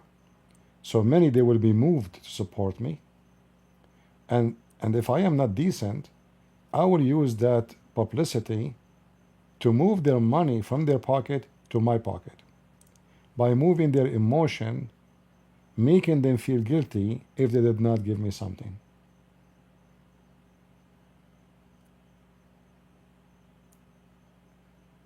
You don't have to agree with me, but if you check every GoFundMe mentioned by those people, you will not find something real. They are just playing with your emotion. I assure you, they make it from YouTube alone at least $500,000 a year. At least. From commercial, from super chat, and not to mention Patreon. In the top of that, they go GoFundMe. So they become millionaire and you are a poor. It's not their fault.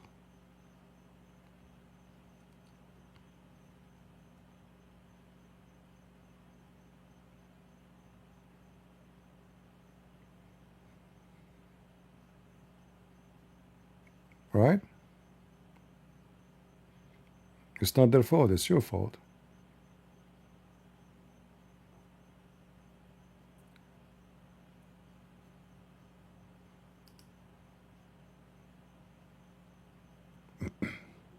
Anything else?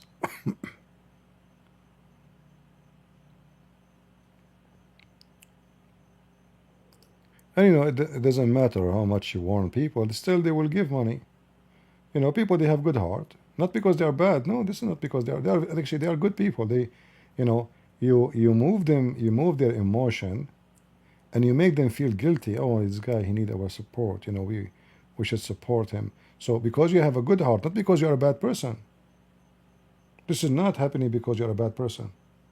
This is happening because you are a good person. Because you are a good person, the good inside you is allowing them to use your good against you. So they abuse you and they take your money.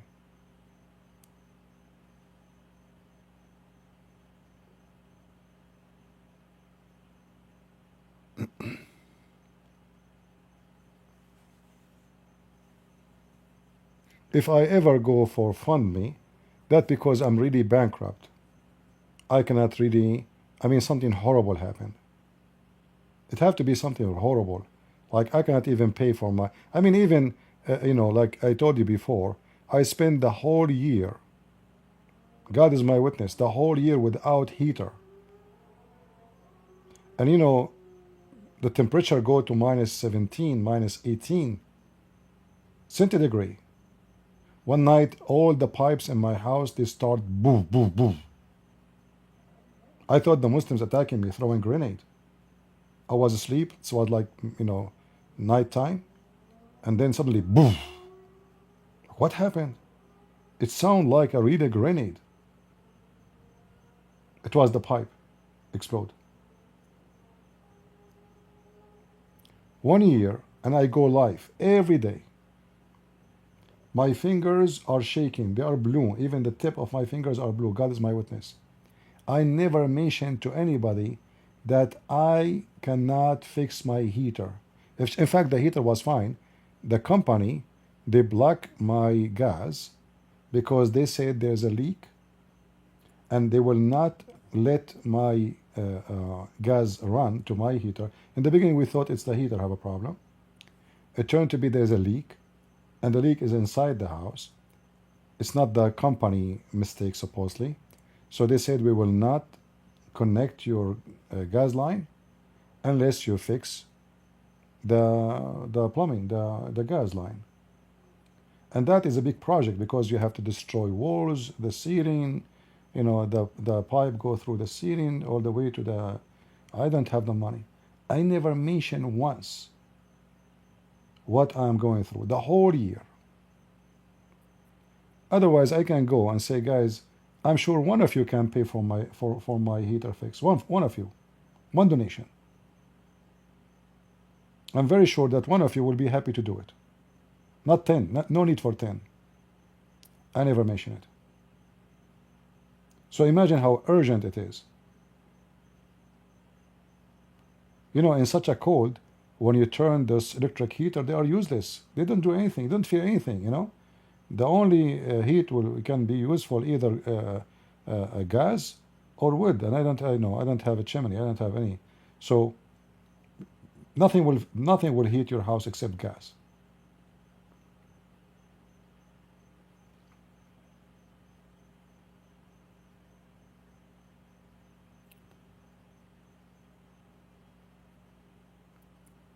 So those people, if they fart, they go fund me.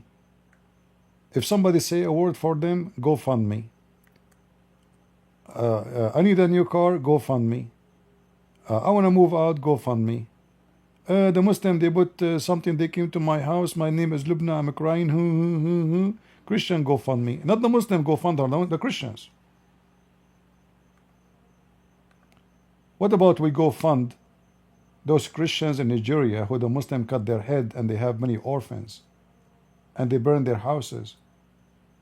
Lubna, who live in England, and she gets salary from the government of England for her kids, and she have a free school, free health insurance, and possibly free housing. She need our donations, and the Christians in Nigeria, the Christians in Kenya, the Christians in Africa, the Christians in the Philippines, the Christians in Pakistan, those are the ones who need GoFundMe.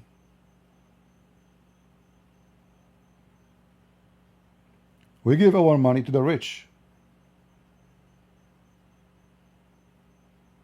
The one who have nice studio behind them, microphone, fancy chairs, fancy tables. I mean, the money they pay for their show accessories is enough a salary for somebody in Pakistan for 3 months.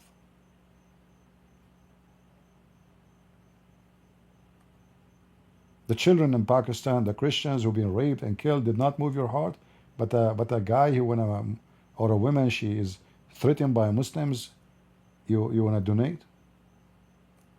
That's it. There's nobody need money in this world. Real children's.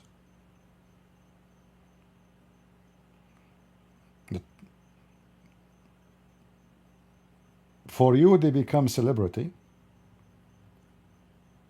and you become an insect. An insect, they are attached to fake lights, which is even sometimes a fire. So you could get it closer, and then fire will burn you. The insect think that this is a light, but it's a fire. They will never stop using excuses to come with the reason to go from time to time with GoFundMe. If I go GoFundMe 3-5 times, I will make more than $1 million. Each time they GoFundMe 130, 150, 250 in 24 hours. We are talking about $250,000 in less than 24 hours.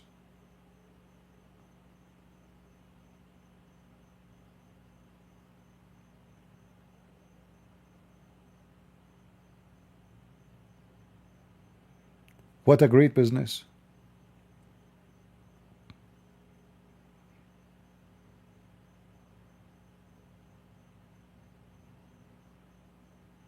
So if you have extra money and you do not know how to spend it, go find the Christians in Pakistan. Christian churches need your help, your support. Christians in Nigeria, they kill them in the Christmas. There's more than 100 they are slaughtered in one day. How many orphans we have in that day? What about we see how we can support those Christians there? Those are the one need fund me. Who's going to feed those children? Who is going to send them to school? What will happen to them now? They will work in prostitution, drugs. They are worried about people who live in the West. They have nice houses, fancy cars, and yet they want to go fund me.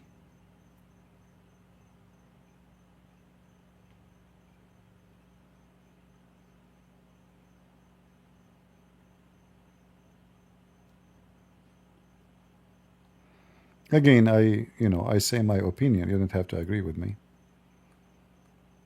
All right? You do as you wish. It's your money. I just received a message from one of you. He says, I'm willing to support you financially, and he said to me, I am a computer programmer. I said, thank you, brother. I don't want anything from you. I don't know if he's listening. Just an hour ago before I go live.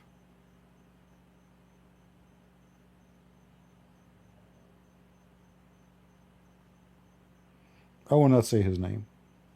Hello, Crusader. I am a computer programmer, without saying from where. I want to know how I can help take the gospel to the world. You really inspire me, and now I'm ready to help in any way. You want, be in it, programming or financial support to spread the gospel. Thank you, and thank God, and God give you strength and continue to blessing you in the mighty name of Jesus. Wonderful person. My answer, thank you, brother, for your care. I need nothing from you. I'm sure the Lord will give you the best idea to be, I meant to say, like to get your tools to do what you think is best. God bless you. He answered back, may the Lord our God give you joy and fulfillment. He offered support, he offered finance. I said, nothing, I don't want nothing from you. Nothing.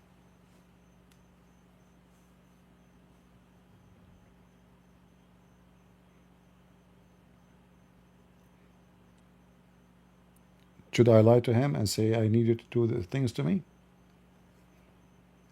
For me, if you want to do something, you do it. Why? You don't need to ask me. If you like to donate, donate. I'm not asking you to donate. If you think I deserve support, support me. If you ask me, send me an email says I would like to support you financially. I would not even like that email actually, even though it's nothing wrong with it, because okay, when I support, go ahead. You do not need to say. Thank you very much. I do not need anything from you.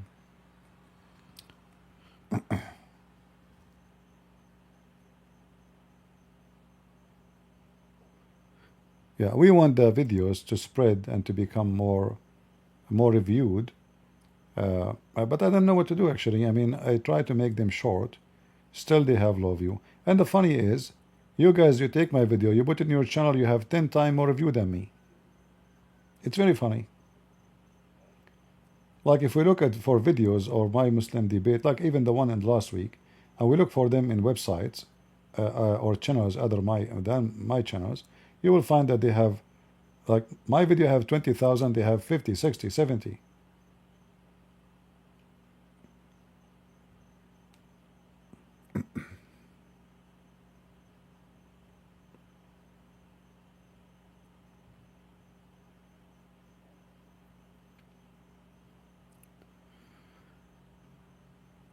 All right. Somebody's saying I'm a terrible person. Okay.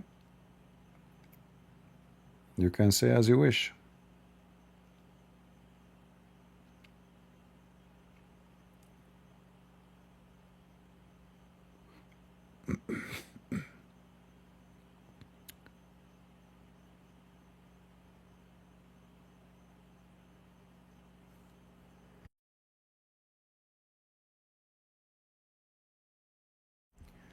Yeah, there's no way, like, we are live, and somebody decide to shadow ban my channel, because when you go, usually we have like 1,000, I mean between 1,400 to 1,800. This is the average. But lately, there is something fishy is happening, obviously.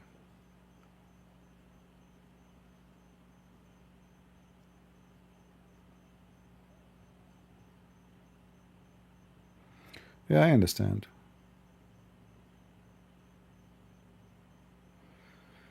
You cannot stand this picture no more. Yeah, it looked like a clowns in this picture, huh? I agree.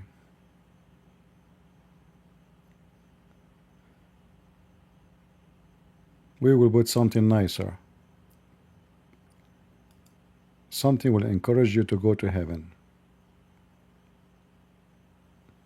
All right? What about this? All my life, I want to have a woman, she is see-through. The trick women they do against us is over. If she took your credit card and put it in her bra, you can see it. You cannot hide your credit card from me. If she take your car keys and she put it in her purse, I can see it. If she ate your hamburger, she cannot say it's your son who ate it. You can see through. You can see even the poo-poo inside her. It is over, women. You are history.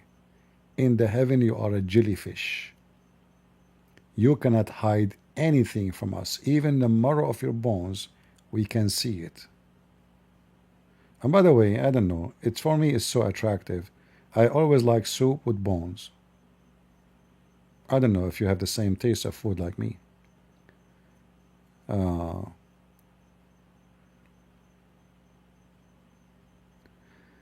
Do you think Christopher the Pharaoh is the real Mahdi or Abdul Hashim? First of all, there is no real Mahdi for any of them to be the Mahdi. Mahdi is a fiction name, never exists and will never exist. Like, which one is the real Mahdi? That is funny. You will notice that Muhammad is copying Jesus. Like he said, there is a 12 Mahdi, right? Who is the one who have a 12 disciple? Jesus, right? So it's a counterfeit story of Jesus. The 12 tribes of Israel, the 12 disciples of Jesus, the coming Messiah, all those cult fabricators, they are copying to fool you.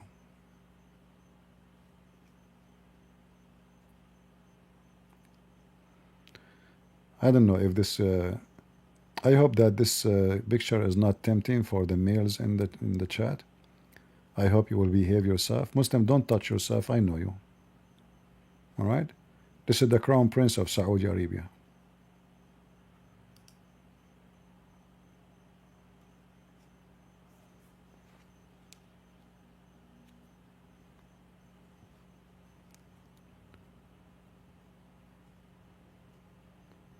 Yeah, Muslims, if they see those women, they will start touching themselves, because this is very tempting. We have to be honest here. This is not easy to handle. I mean, put yourself in their shoes. Those people, they are desperate to go there. And then, like, okay, just think about it.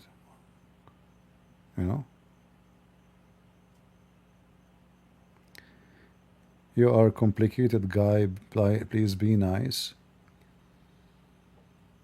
to those reaching support. Who is the one reaching support? The GoFundMe guys? Those are not reaching support, my friend. They are reaching your pocket. So why they have Patreon and why they have super chats? All this money they make from there is not enough.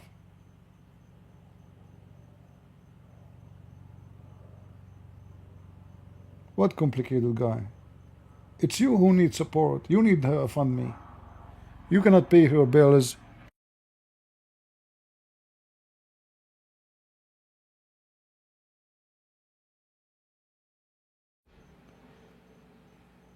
You have a family. You have. I don't have health insurance.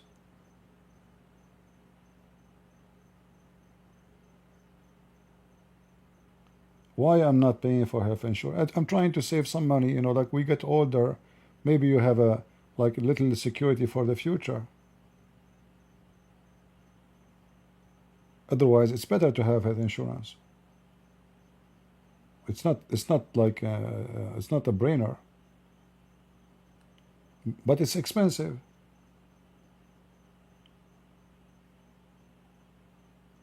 And all of you go through those things. You have family, you have children, your wife gets sick, your son. Why you guys you don't go do GoFundMe? If you go now, make GoFundMe, who support you? Nobody. If any of you in the chat, you open GoFundMe, do you think anyone will go support you? Please tell me. If any of you in the chat open now GoFundMe, who of those people will support you? Nobody. Do you know why? Because you are not famous. People, they are not supporting those who they need. They are supporting someone, he become famous and he play with their emotion.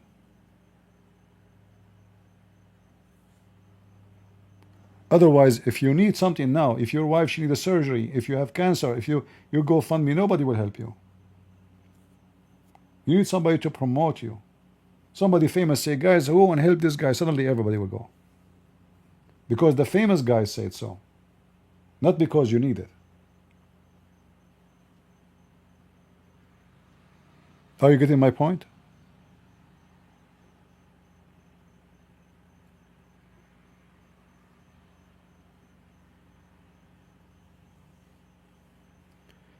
Nader Ahmed, this guy is just a stupid idiot. What debater? This guy is a debater.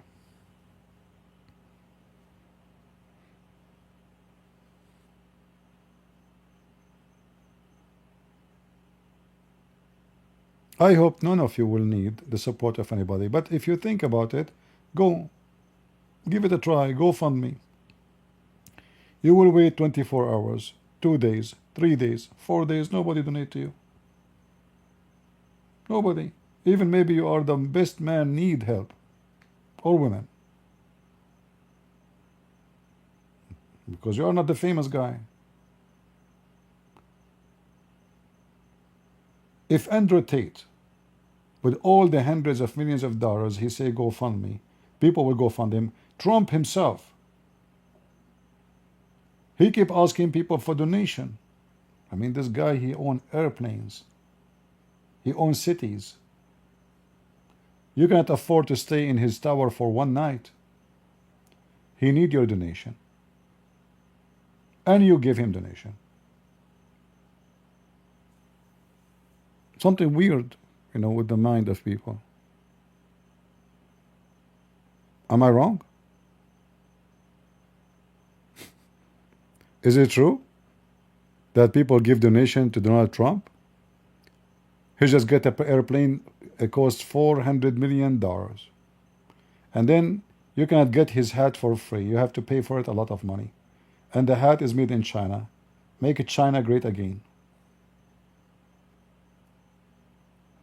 But people pay because people, emotion movement, oh, we need to support him, let us donate, Where is his money?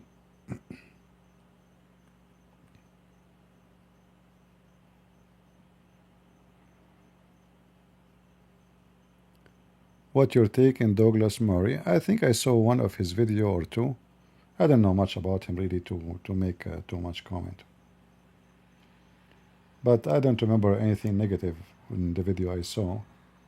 I don't like this guy, his name Shapiro, because first his voice is very uncomfortable for me. He speaks so fast, and he's very annoying, and not to mention that I heard many poo he said.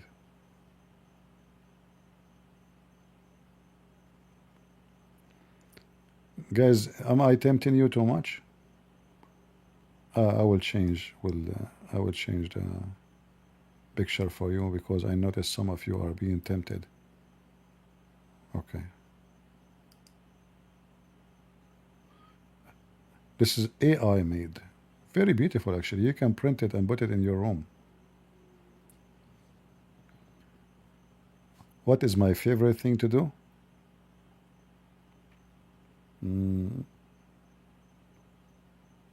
To do what? For fun, you mean?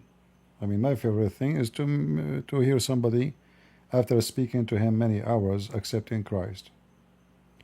That is my favorite. But if you're talking about fun, I don't consider what I do things I do is kind of fun.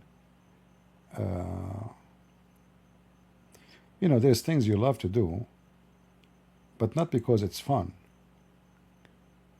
but because you feel you are doing something beneficial, like have a benefit. So I like trees, I like outdoor activities, farming. Same time I like hunting, I like all kind of activities. But I love plants. I find that God glory, really appear in trees. It is magnificent. It doesn't matter what the plant is.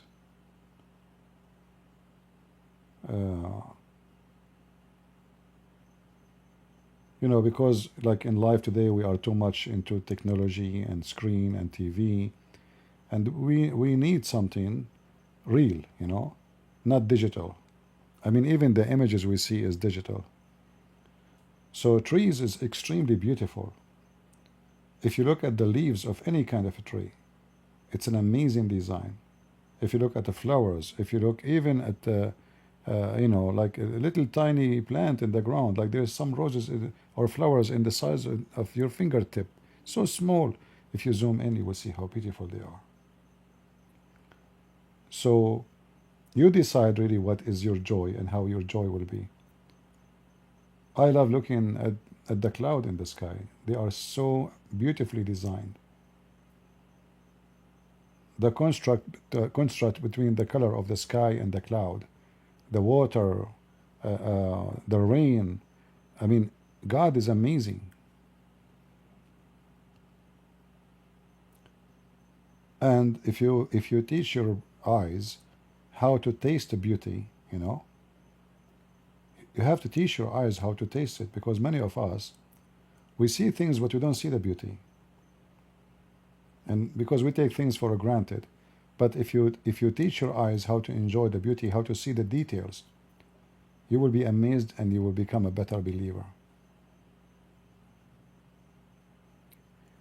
Hiking and walking, yeah, I do. I used to do a lot of hiking before, but since I don't have a group to go with, I don't do that no more. Before like we used to go church hiking, you know.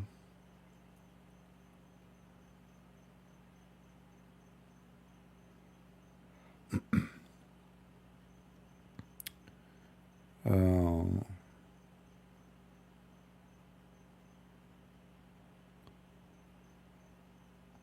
I once saw a documentary about how trees and in the wood are helping each other to stay alive.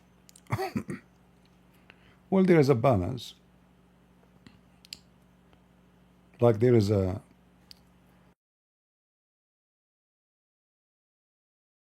sorry, I mute the microphone so I can cough. There's a plant. It's called the clover. I don't know if you heard of it. It's nothing, you know. It's just like a grass. But this clover take nitrogen from air and from the rain and fertilize the ground. The trees cannot do that. The trees is the massive plant, is the big, is the huge, is maybe 50 foot tall, but the tree cannot do that. The tree now depend on what can the roots find to eat. So this little tiny clover will feed this big massive tree. It's amazing. It's a perfect balance, and the only thing can destroy it is a human being stupid.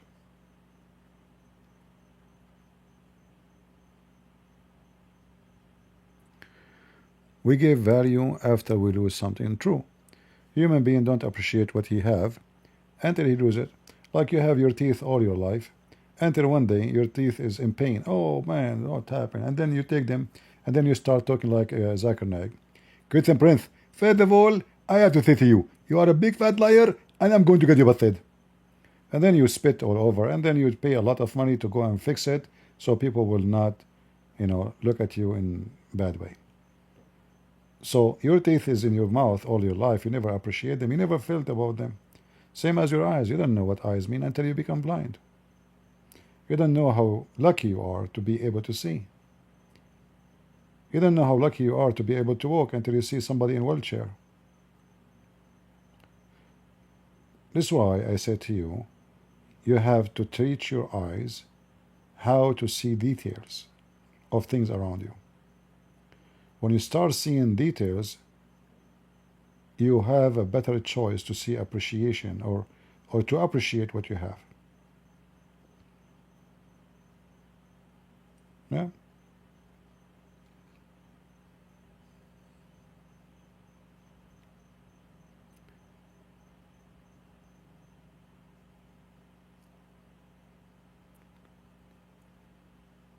All right.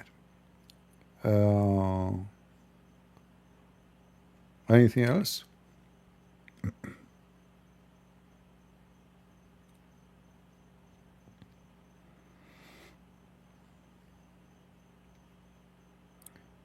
No, these days I hike, but I go and hike on Muhammad, you know. The same as those a bunch of a black guy, they rode Muhammad. Um,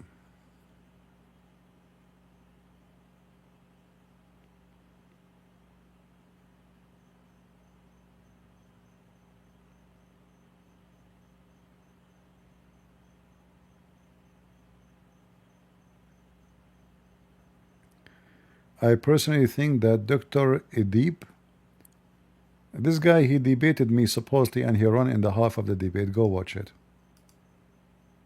In ABN TV. The one who became the caliphate after Rashad Khalifa.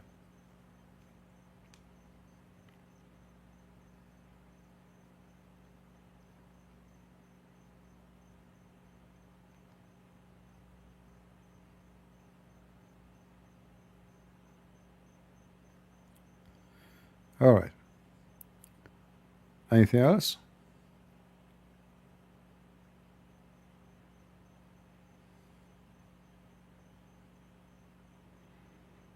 When you say a smart, I never saw a smart Muslim.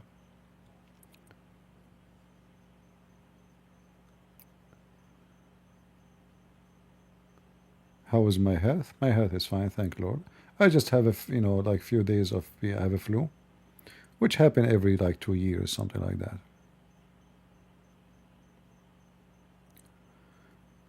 which is the best way to witness to Muslim? You cannot, because he's blind. So the first thing before you witness to a Muslim, you have to make him see.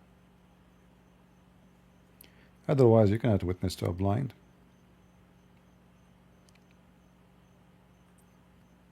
So before you speak about Jesus, you better show him that his religion is wrong.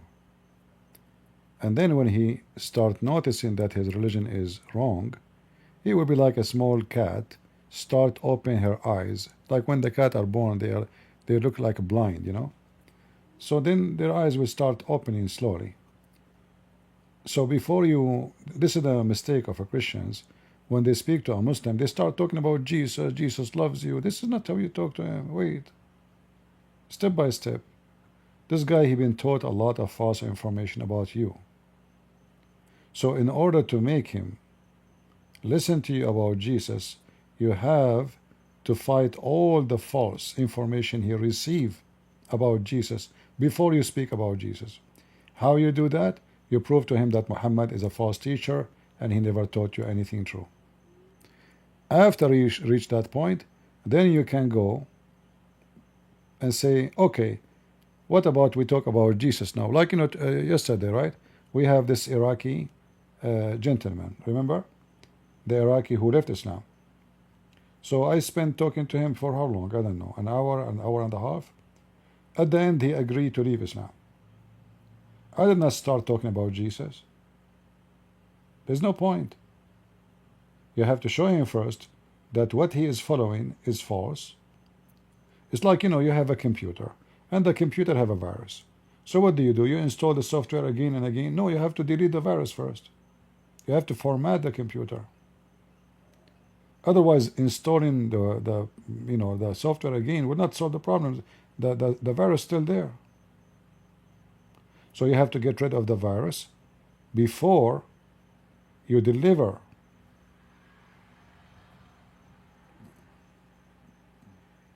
what is needed. You have to take me fishing. You have to get water first. Are you close to the water, Dennis? Will be funny if you are living in Arizona and you want to take me to the ocean. So how far are you from the water?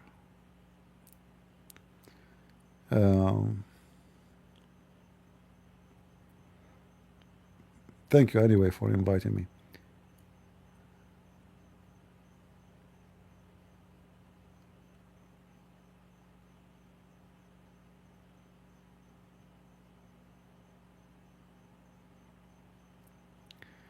Well, Jesus, he plus the poor, plus the simple, plus all those who they are needy, because simply, you know, Jesus is not talking only about a state of economy or a state of like a social position.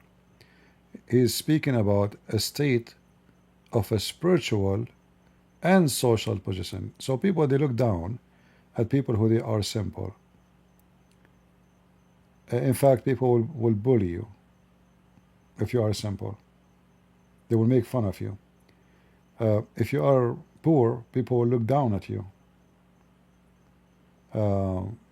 So the Messiah, he delivered the message for those people that you are blessed, you are not cursed. Being poor is not a curse of God on you. It comes with something good. The blessing of God. God will bless you with something else. Always we as a human, we gain something, we lose something. So you notice somebody gets so rich. Most likely he will become arrogant, proud, and far from God. For sure, not everybody, but mostly. Because the second I become rich, I have more, let us say, temptation coming to me. Because now with my money, I can do things I cannot do when I was poor. Women, they will be fighting over me. Not because I'm good looking or handsome or lovely, no, but because I have money. I will receive call from everybody. Even the cousin who don't call you for a century because now you are rich, he will call you.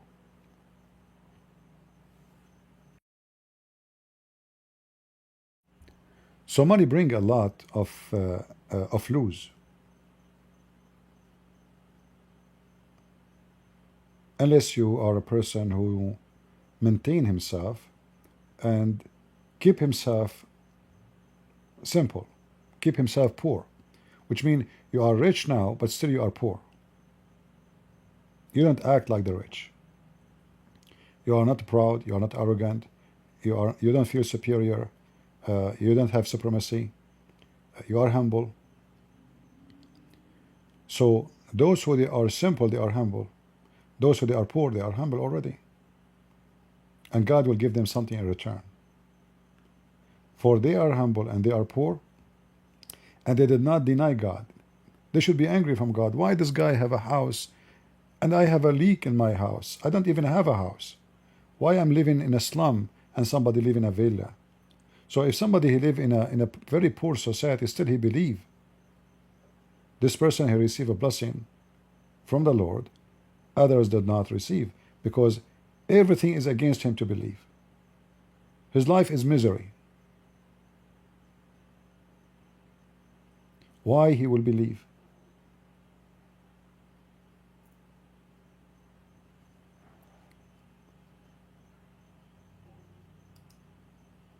Another way, you are a true Christian when you are under the test.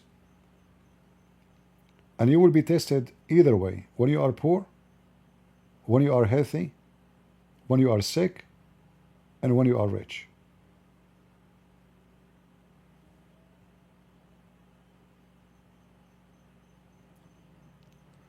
All right, I hope I did answer your question.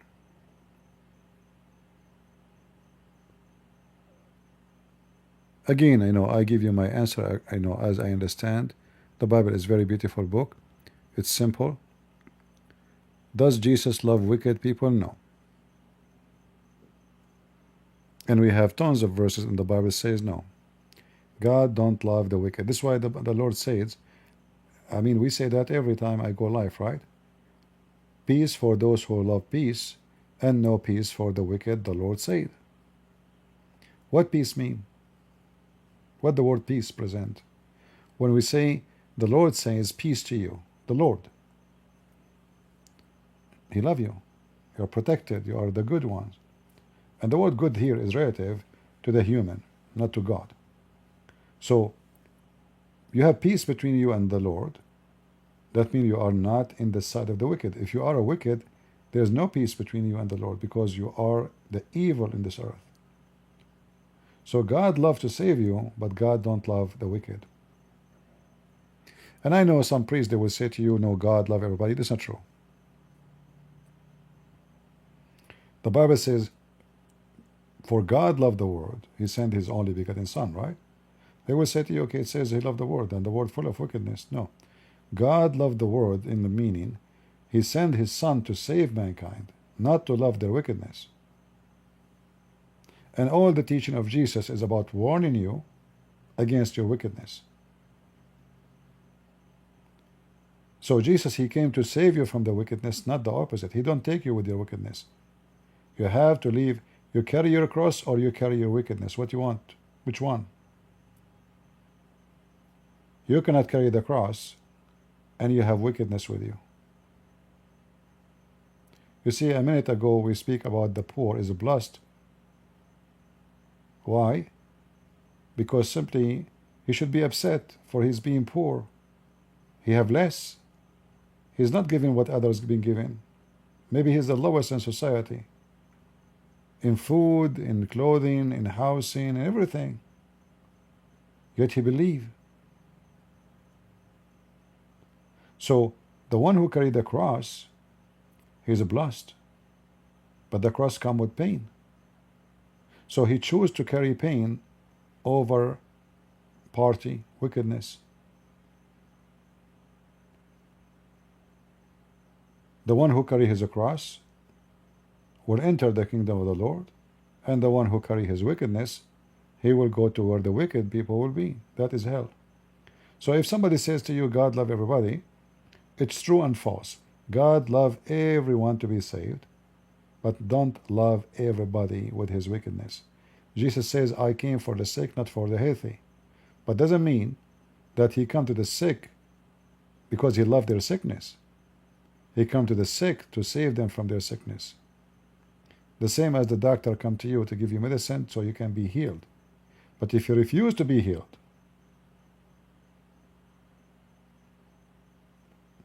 you made your choice. This is why the Lord, he said, the Messiah said, that when he come with the glory of his angels, he will say, bring those, in the front of me and slay them. That is on the day of judgment. So do you think Jesus, he loved those who he will slay them? He will send them to hell? Do you think someone he love you, he send you to hell? He don't love you. Because you don't deserve love. You are wicked. When you love a wicked person, you are encourage wickedness.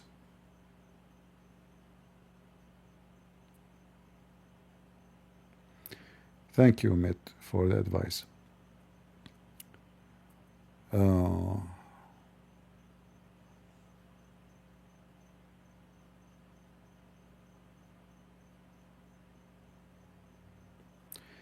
there is some kind of hippie Christians, they will say to you, Jesus love everybody, Jesus love gays, Jesus love, just love everybody, They try to make Jesus like a hippie, he have earring in his ears, and he is like a guru, doing yoga, That is a false image of Jesus. Jesus, he flipped tables around the temple, in the outskirt of the temple, not even in the temple. Just because they are buying and selling close to the temple, he flipped their tables. You made the house of my father a bazaar.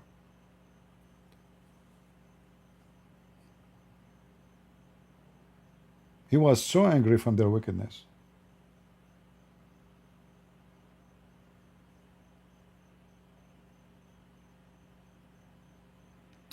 Thank you, Dennis. Well, it's far, my friend. San Diego is very far. But maybe one day, if the Lord, he gave me a chance to San Diego, I will be happy to meet you, brother. God bless you. Thank you for the invitation. God bless you.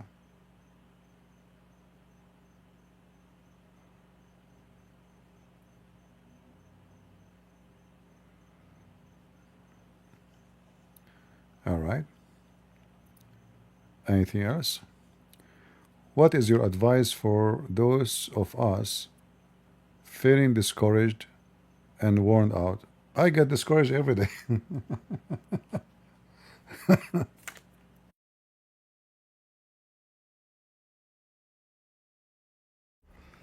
But at the end of the day, I know that because I'm doing the right thing, the devil will try to discourage me non-stop.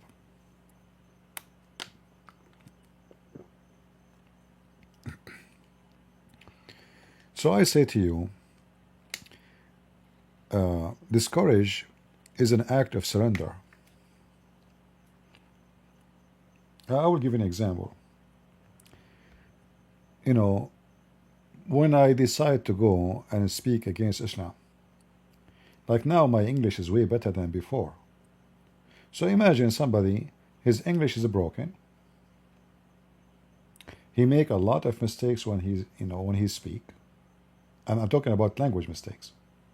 And yet this guy, he want to teach people who speak perfect English. And everybody go against him, even the Christians. Why you are doing that? Jesus did not taught us to insult others, to put down others. All Christians go against me when I start speaking against Islam. People make fun of my English. They make fun of my pronunciation. They make fun of my typing. That did not stop me. I have a mission, and I know I can do it. So from someone who hardly can speak a few words in English correctly to someone his video is being seen around the world, my books translated to many languages. So if I go and say, oh, this is discouraging, look, I mean, what I can do, I mean, how I can compete with those people who speak fluent English? How I can be there? How I can be even a competition? So if I think about it or thought about it in such a way, I surrender, and then I became a loser. But I never did. So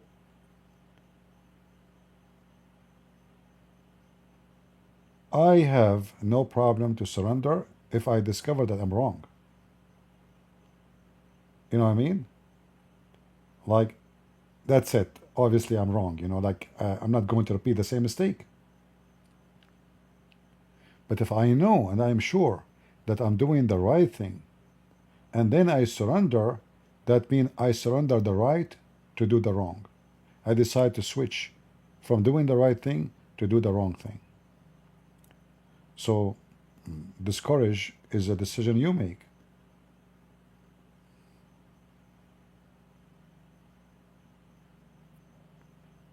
All right?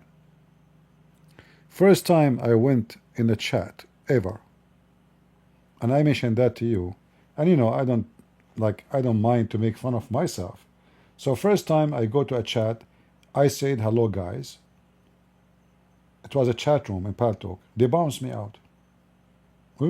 Why they bounced me? It was a Christian room. I went to the second Christian room. I said hello guys in the chat, you know, in the text. They bounced me again. What's wrong with those people? I did nothing wrong. I just said hello guys. And then after a couple of time, I learned that I am saying hello gays, not hello guys.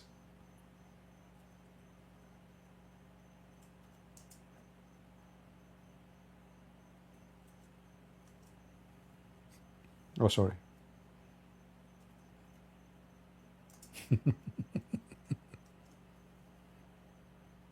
I go from a chat room to chat room, and I'm saying to them what? Hello gays. And they are Christian chat room. I'm not going to chat room normal.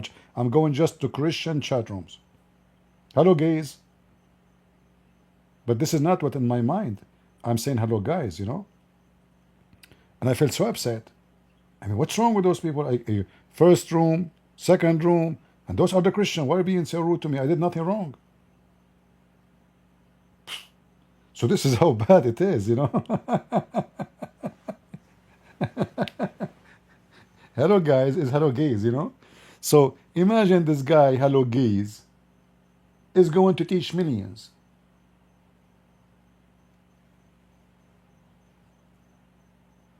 Isn't this is funny?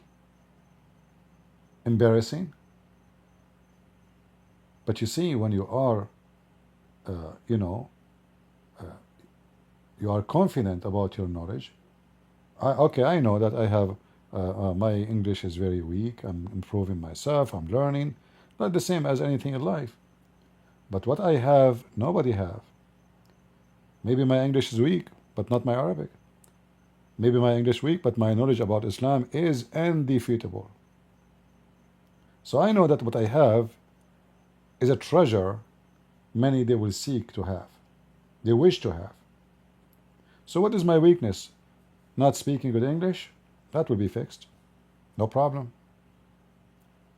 So you have to be confident, strong, consistent.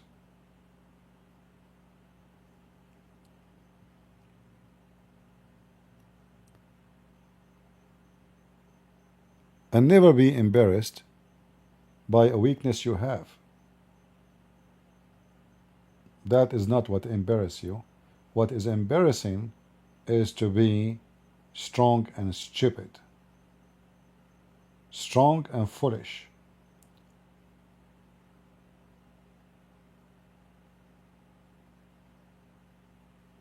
To be weak in something is normal,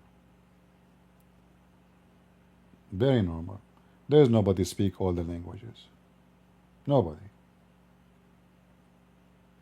When those Americans, they try to say a word in Arabic, I die laughing. Maybe they do the same about me when I speak English sometime. Or maybe in the old days. Like now, my English is way better than before. But my topic is in Arabic. My topic is about a religion based on Arabic. So I know that I have a weakness in communicating with them because they speak English, but I'm not weak in the topic at all.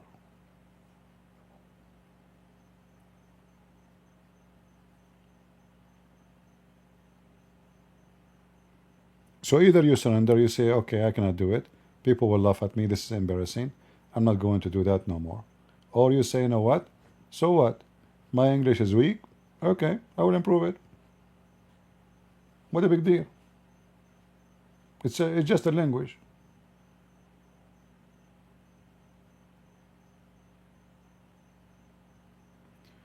Bracketnet. Bracketnet. I don't like to say it correctly, actually, to be honest with you.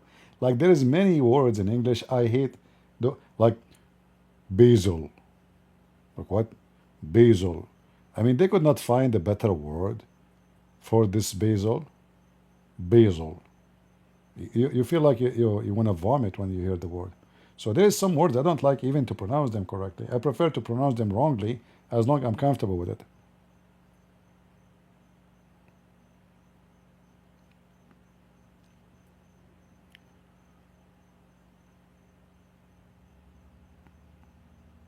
Yeah, like, there's some words actually, I don't know. I mean, there's some words in English are very weird.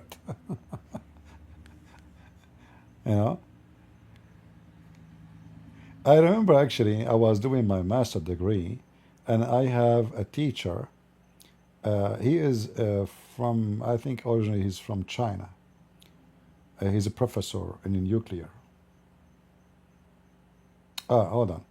Yeah, I have two incidents actually. Both teachers, anyway. One of them, he asked me a question. I did not understand a word of what he said. When Chinese, they speak English and they are not like born in the state, this is not in English. This is a Chinese.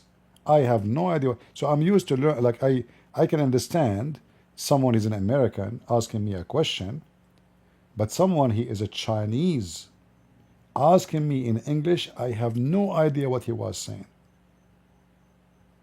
So when he asked me the question, and I could not understand one word of what he said, I gave him the answer of the book, the whole book.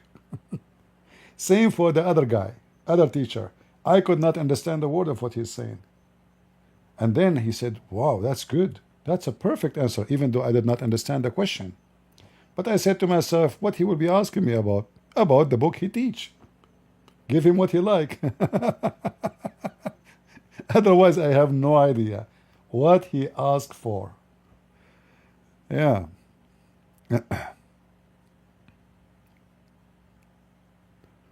What is my native language? Arabic.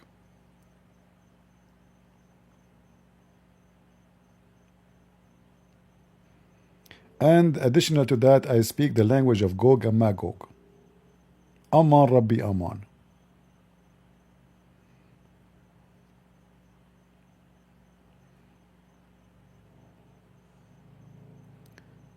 All right.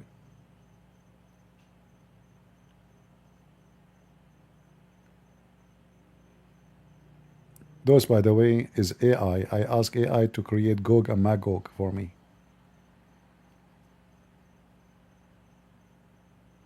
Huh?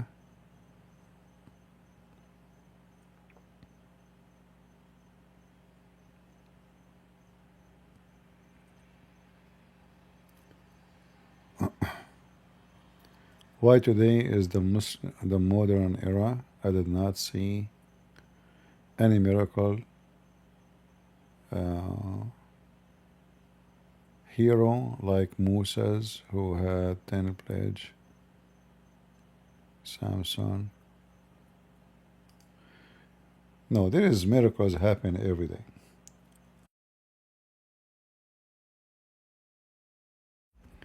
But in a busy world, and this busy world our eyes is focusing in shiny stuff.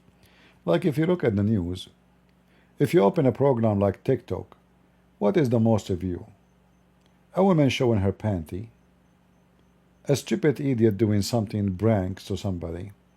So people interest, they are not looking for the miracle to see it. In order to see the miracle, you have to look for it. You have to see the miracle. You have to be a person who is not busy with something wicked. The world today is full of wickedness, and we don't see that God miracles exist every day. Miracle is not about Moses. Miracle is not about Peter, is not about Paul, is not. Miracle is everything God He gave you. It's a miracle. The bird is a miracle. The flower is a miracle. The food you eat is a miracle. So when you say, how come we don't see miracles like Moses and etc., that, every miracle have a reason to happen. So the nation of Israel, they have, like the nation of Israel, they lived through 1,000 of years, but there's only few names mentioned. Only few names. Why they are mentioned? Because their names have an effect in their history.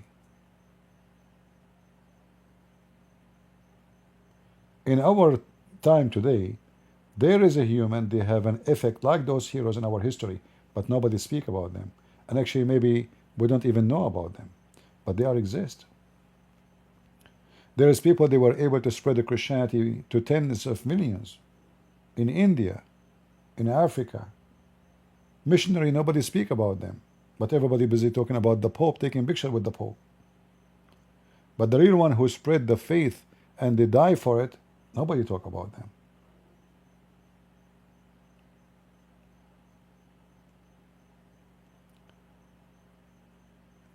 You see what you are looking for, my friend.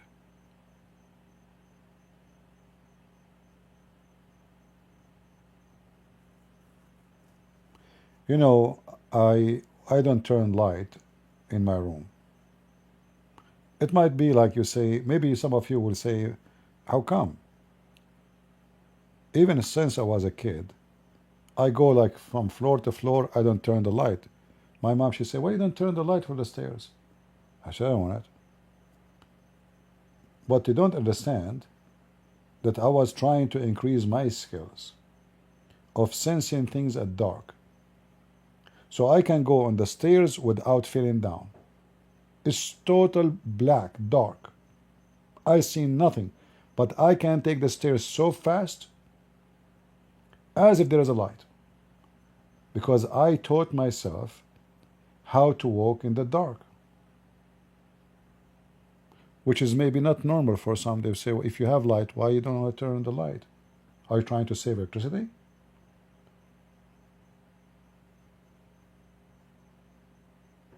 I go second floor, I go grab the pen from the table without light. I know the location, I remember it.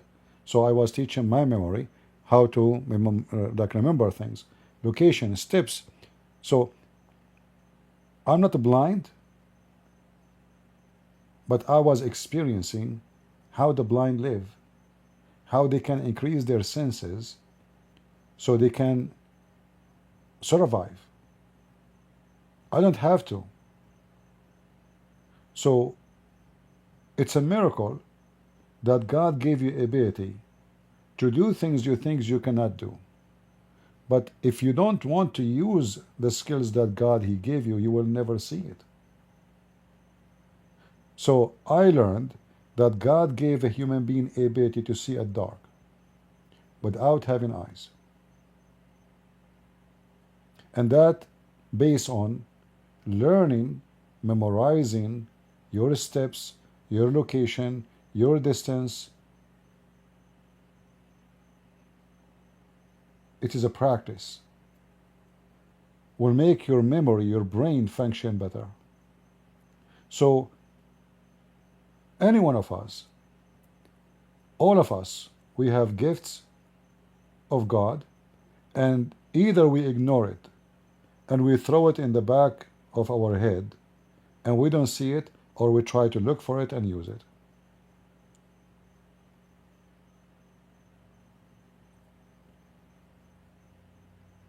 You yourself, you are a miracle of God.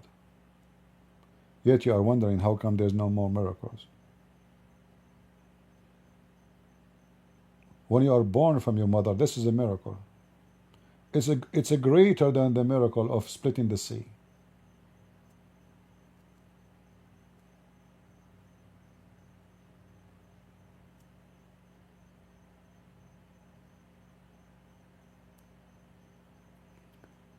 All right. I love the way CP speaks English. I don't speak English, I speak gibberish.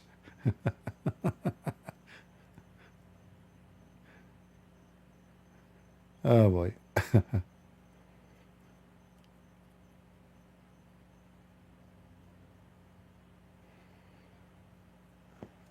Let us change this picture. Maybe it's not pleasant. I will show you something more attractive.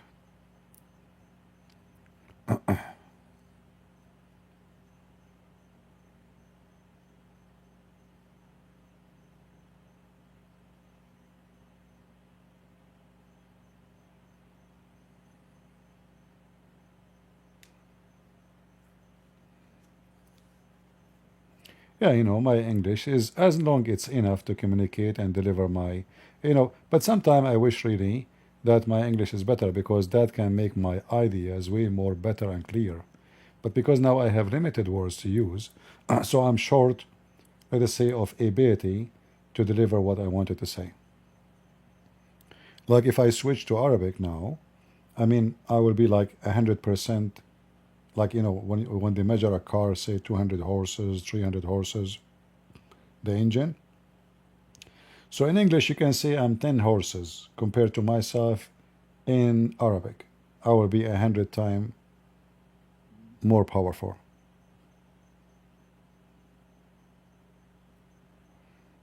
Because then I have the whole skills of the language. Do you think the Quran is also a miracle? Well, the miracle is, if there is a miracle in the Quran, is how such a stupid book, somebody believe in it.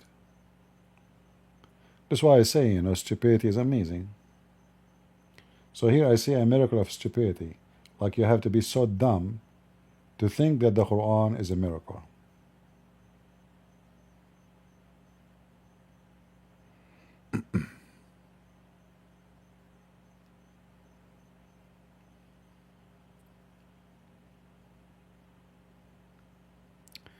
All right. I hope you like the AI goat. This is from a good family. I ask AI to make a good family goat because she will eat the Quran. This is the mother of Muhammad. She is giving birth to him. And according to Muhammad, a light came from her vagina, reached all the way to Damascus. Which is true story. All right? The light went all the way to Damascus from her vagina. It was the first nuclear explosion, and looked like the light went in direction. You see, this is a straight light, like did not spread all over. No, it went to Damascus, not even to Jordan, Amman. No, it crossed over Jordan. Nobody saw it. It landed in Damascus.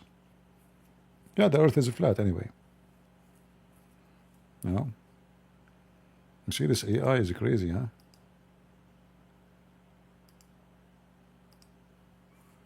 Yeah, I asked the AI to do a lot of images for me so we can use them. Look at this, man. Genie in the bottle.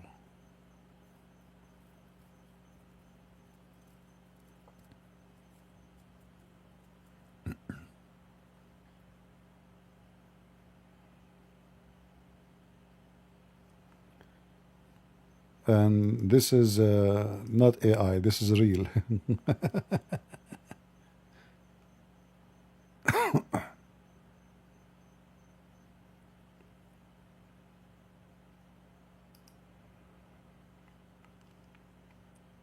Allah will give you gifts in heaven.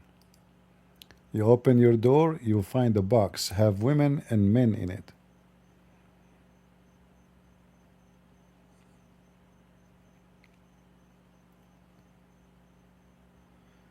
CP, tell me if a miracle happened now. What do you mean?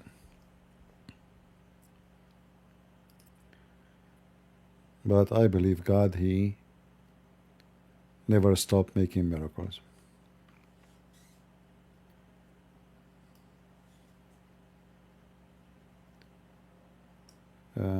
Let's see. How is people doing in Rumble? Are we good? Are we rumbling in Rumble?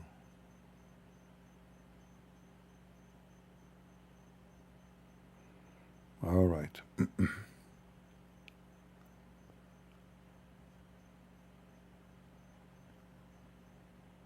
Many rumbling people rumbling together with us.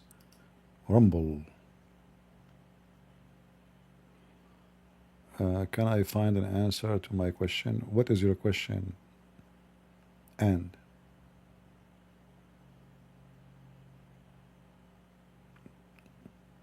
so please tell me if a miracle happened now.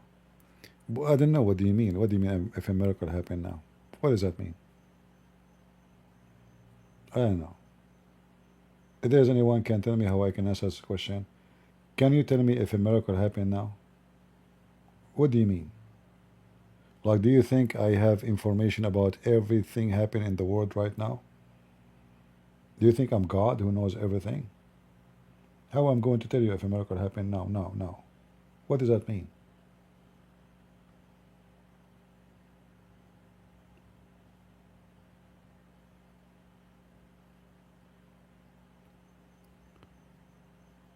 What do you think about trade deal with Saudi Arabia? Nothing wrong with it. You know, you see, holding those vicious countries with the trade deals can keep them in balance because their security and their money in your pocket. So that is good, not bad. You see, when you have an enemy and this enemy who put his money in your pocket, the first thing he will be worried about making you angry and losing the money. So those things will make them behave without war, you know, without going to war with them. Not bad.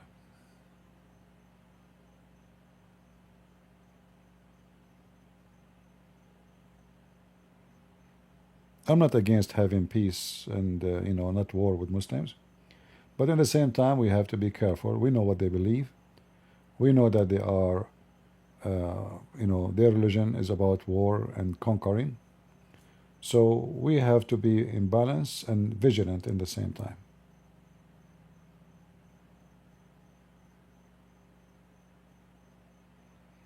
And you know, those kind of honeymoons, those are temporarily.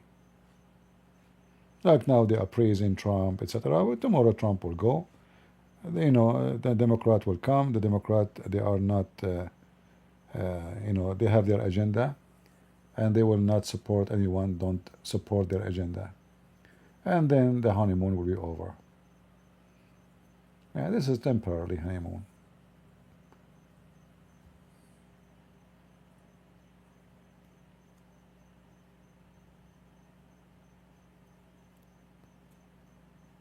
All right.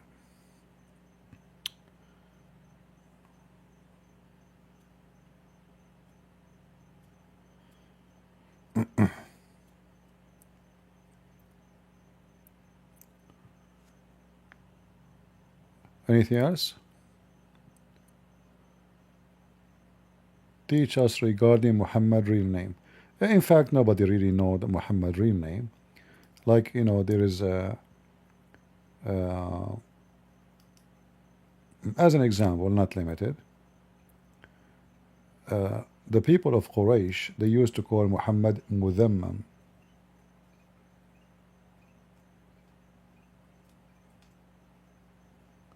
Mudhammam.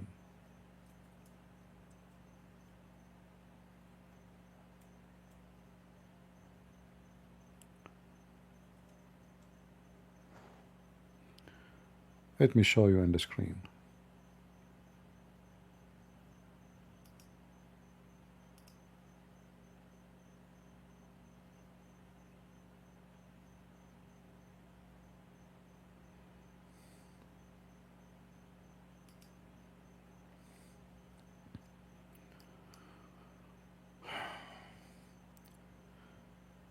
Abu Hurairah reported that Allah Messenger is saying, "You are not astonished that at the manner of which God turned away from me, reviling and cursing of Quraysh. They revile one who blameworthy, mudammam, and curse the one who is blameworthy, mudammam, or I am Muhammad." So Muhammad is saying they call me mudammam, but I'm Muhammad. So this is a name obviously he had. Mudammam is like the someone he is, I don't know how to translate.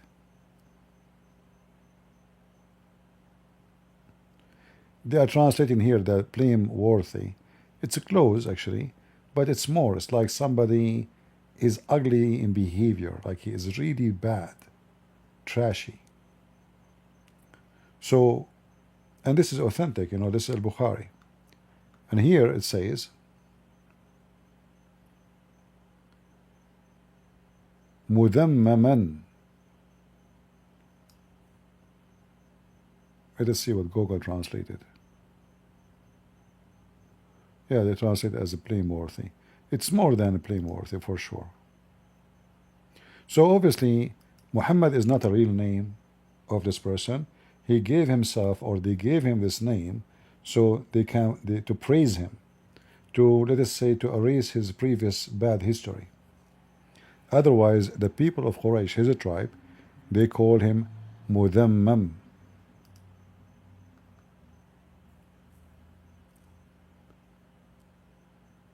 Quraysh abusing and cursing, they abuse mudammam, and they curse mudammam. Well, I am Muhammad. And again, this is al-Bukhari. Yeah, you can say Lola, it's come back, yeah, something very horrible, Maybe scumbag is better. Yeah. And this is telling you who is he in, like the Muslim, they say to Muhammad was considered the trustworthy, the tribe of Quraysh. No, their book says the opposite. This is, look, it's in front of you, and this is Bukhari.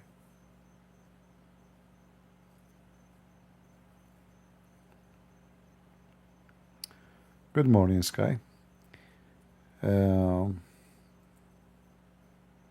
In fact, maybe you will do me a favor from now on. You call him Mudammam.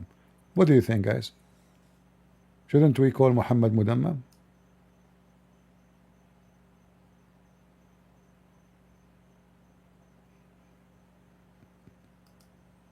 What do you think? Prophet Mudammam. I mean, this is recorded. We are not making things up.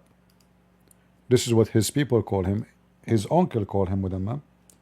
His uncle wife called him Mudammam. His cousins call him Mudammam. His family, his tribe, they call him Mudammam. So why would not call him Mudammam? You tell me. Alright?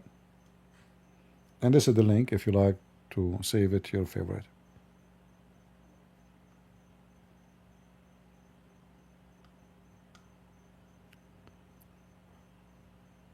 And save it, because those information, like those who speak English, they will never find those information unless somebody speak Arabic told them, So later you might look for it and you don't know how to find it. And by the way, anytime you see me showing you something in the screen, just to try to type exactly, freeze the screen like now. Let us say you are watching my video after 10 years. And you don't see the part it says Al-Bukhari 3533. Let us hide it. How you can find it? Simply just type exactly the same. Let us say, here there's a unique word, Mudammam and curse Mudammam. Type it in Google, you will find it. Exactly, type it the same. Alright? And these days actually, you can search for any image from your phone, and you will find exactly the thing you are looking for.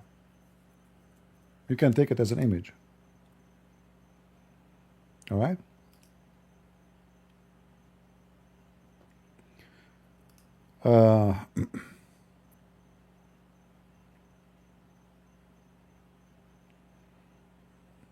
Yeah, مدمم.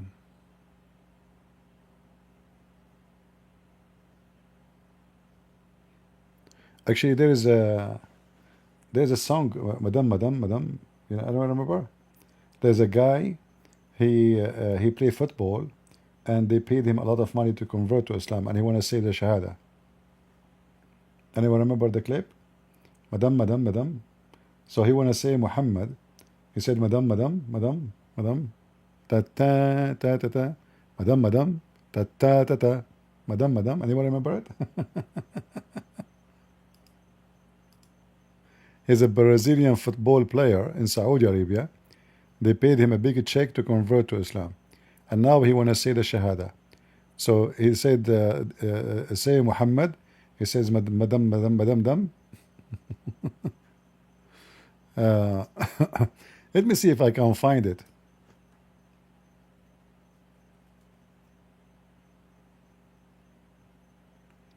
Madam, Madam.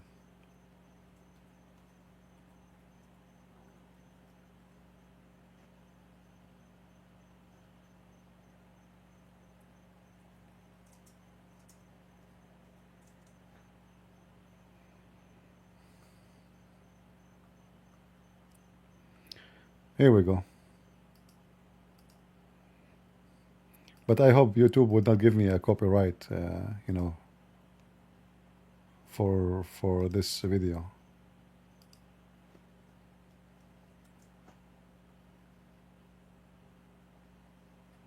أشهد أن لا إله إلا الله لا إله إلا الله لا إله لها. إلا الله وأشهد أن محمدا أن محمدا مدام لا إله إلا الله Madam, Madam.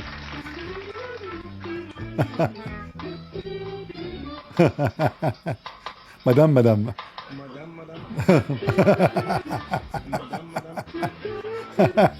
مدام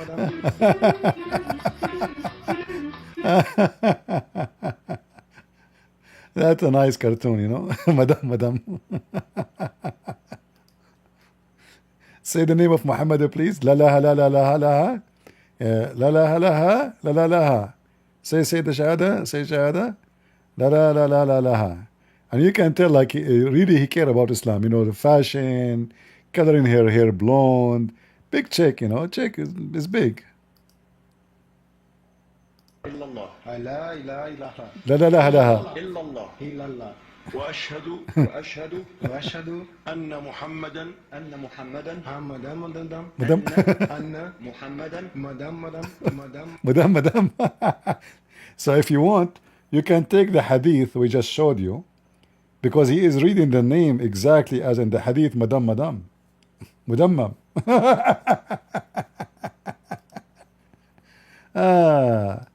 And let me give you the video if you want to download it and share it. Madam, Madam.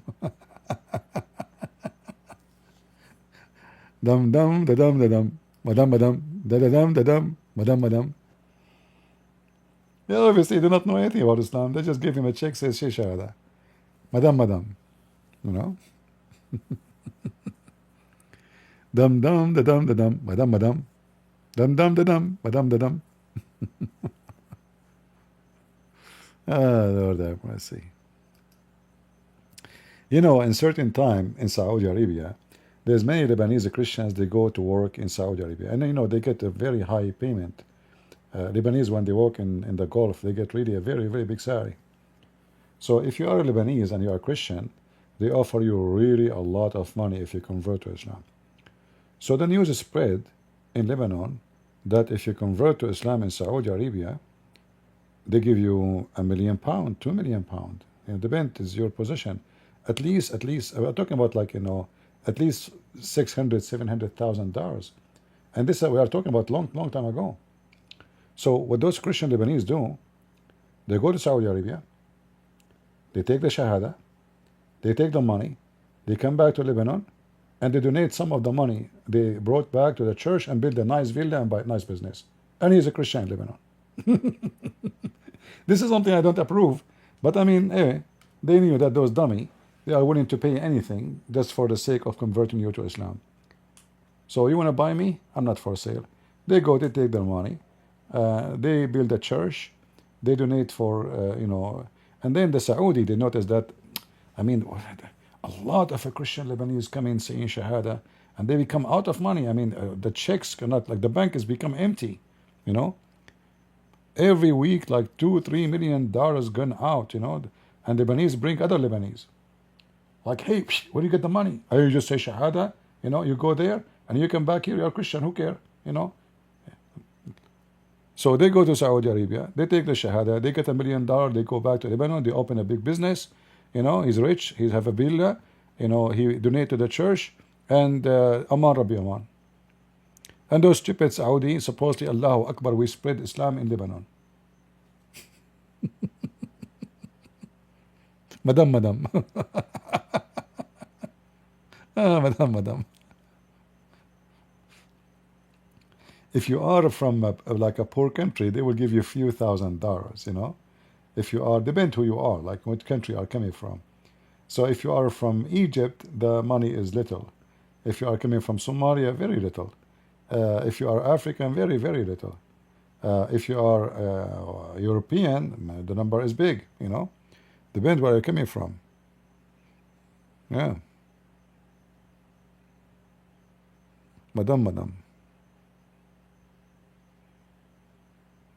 Yeah, but for me, I don't approve such a behavior because this is kind of a theft and scam, But maybe, I mean, they are taking the money of the devil better than using it to hurt more people.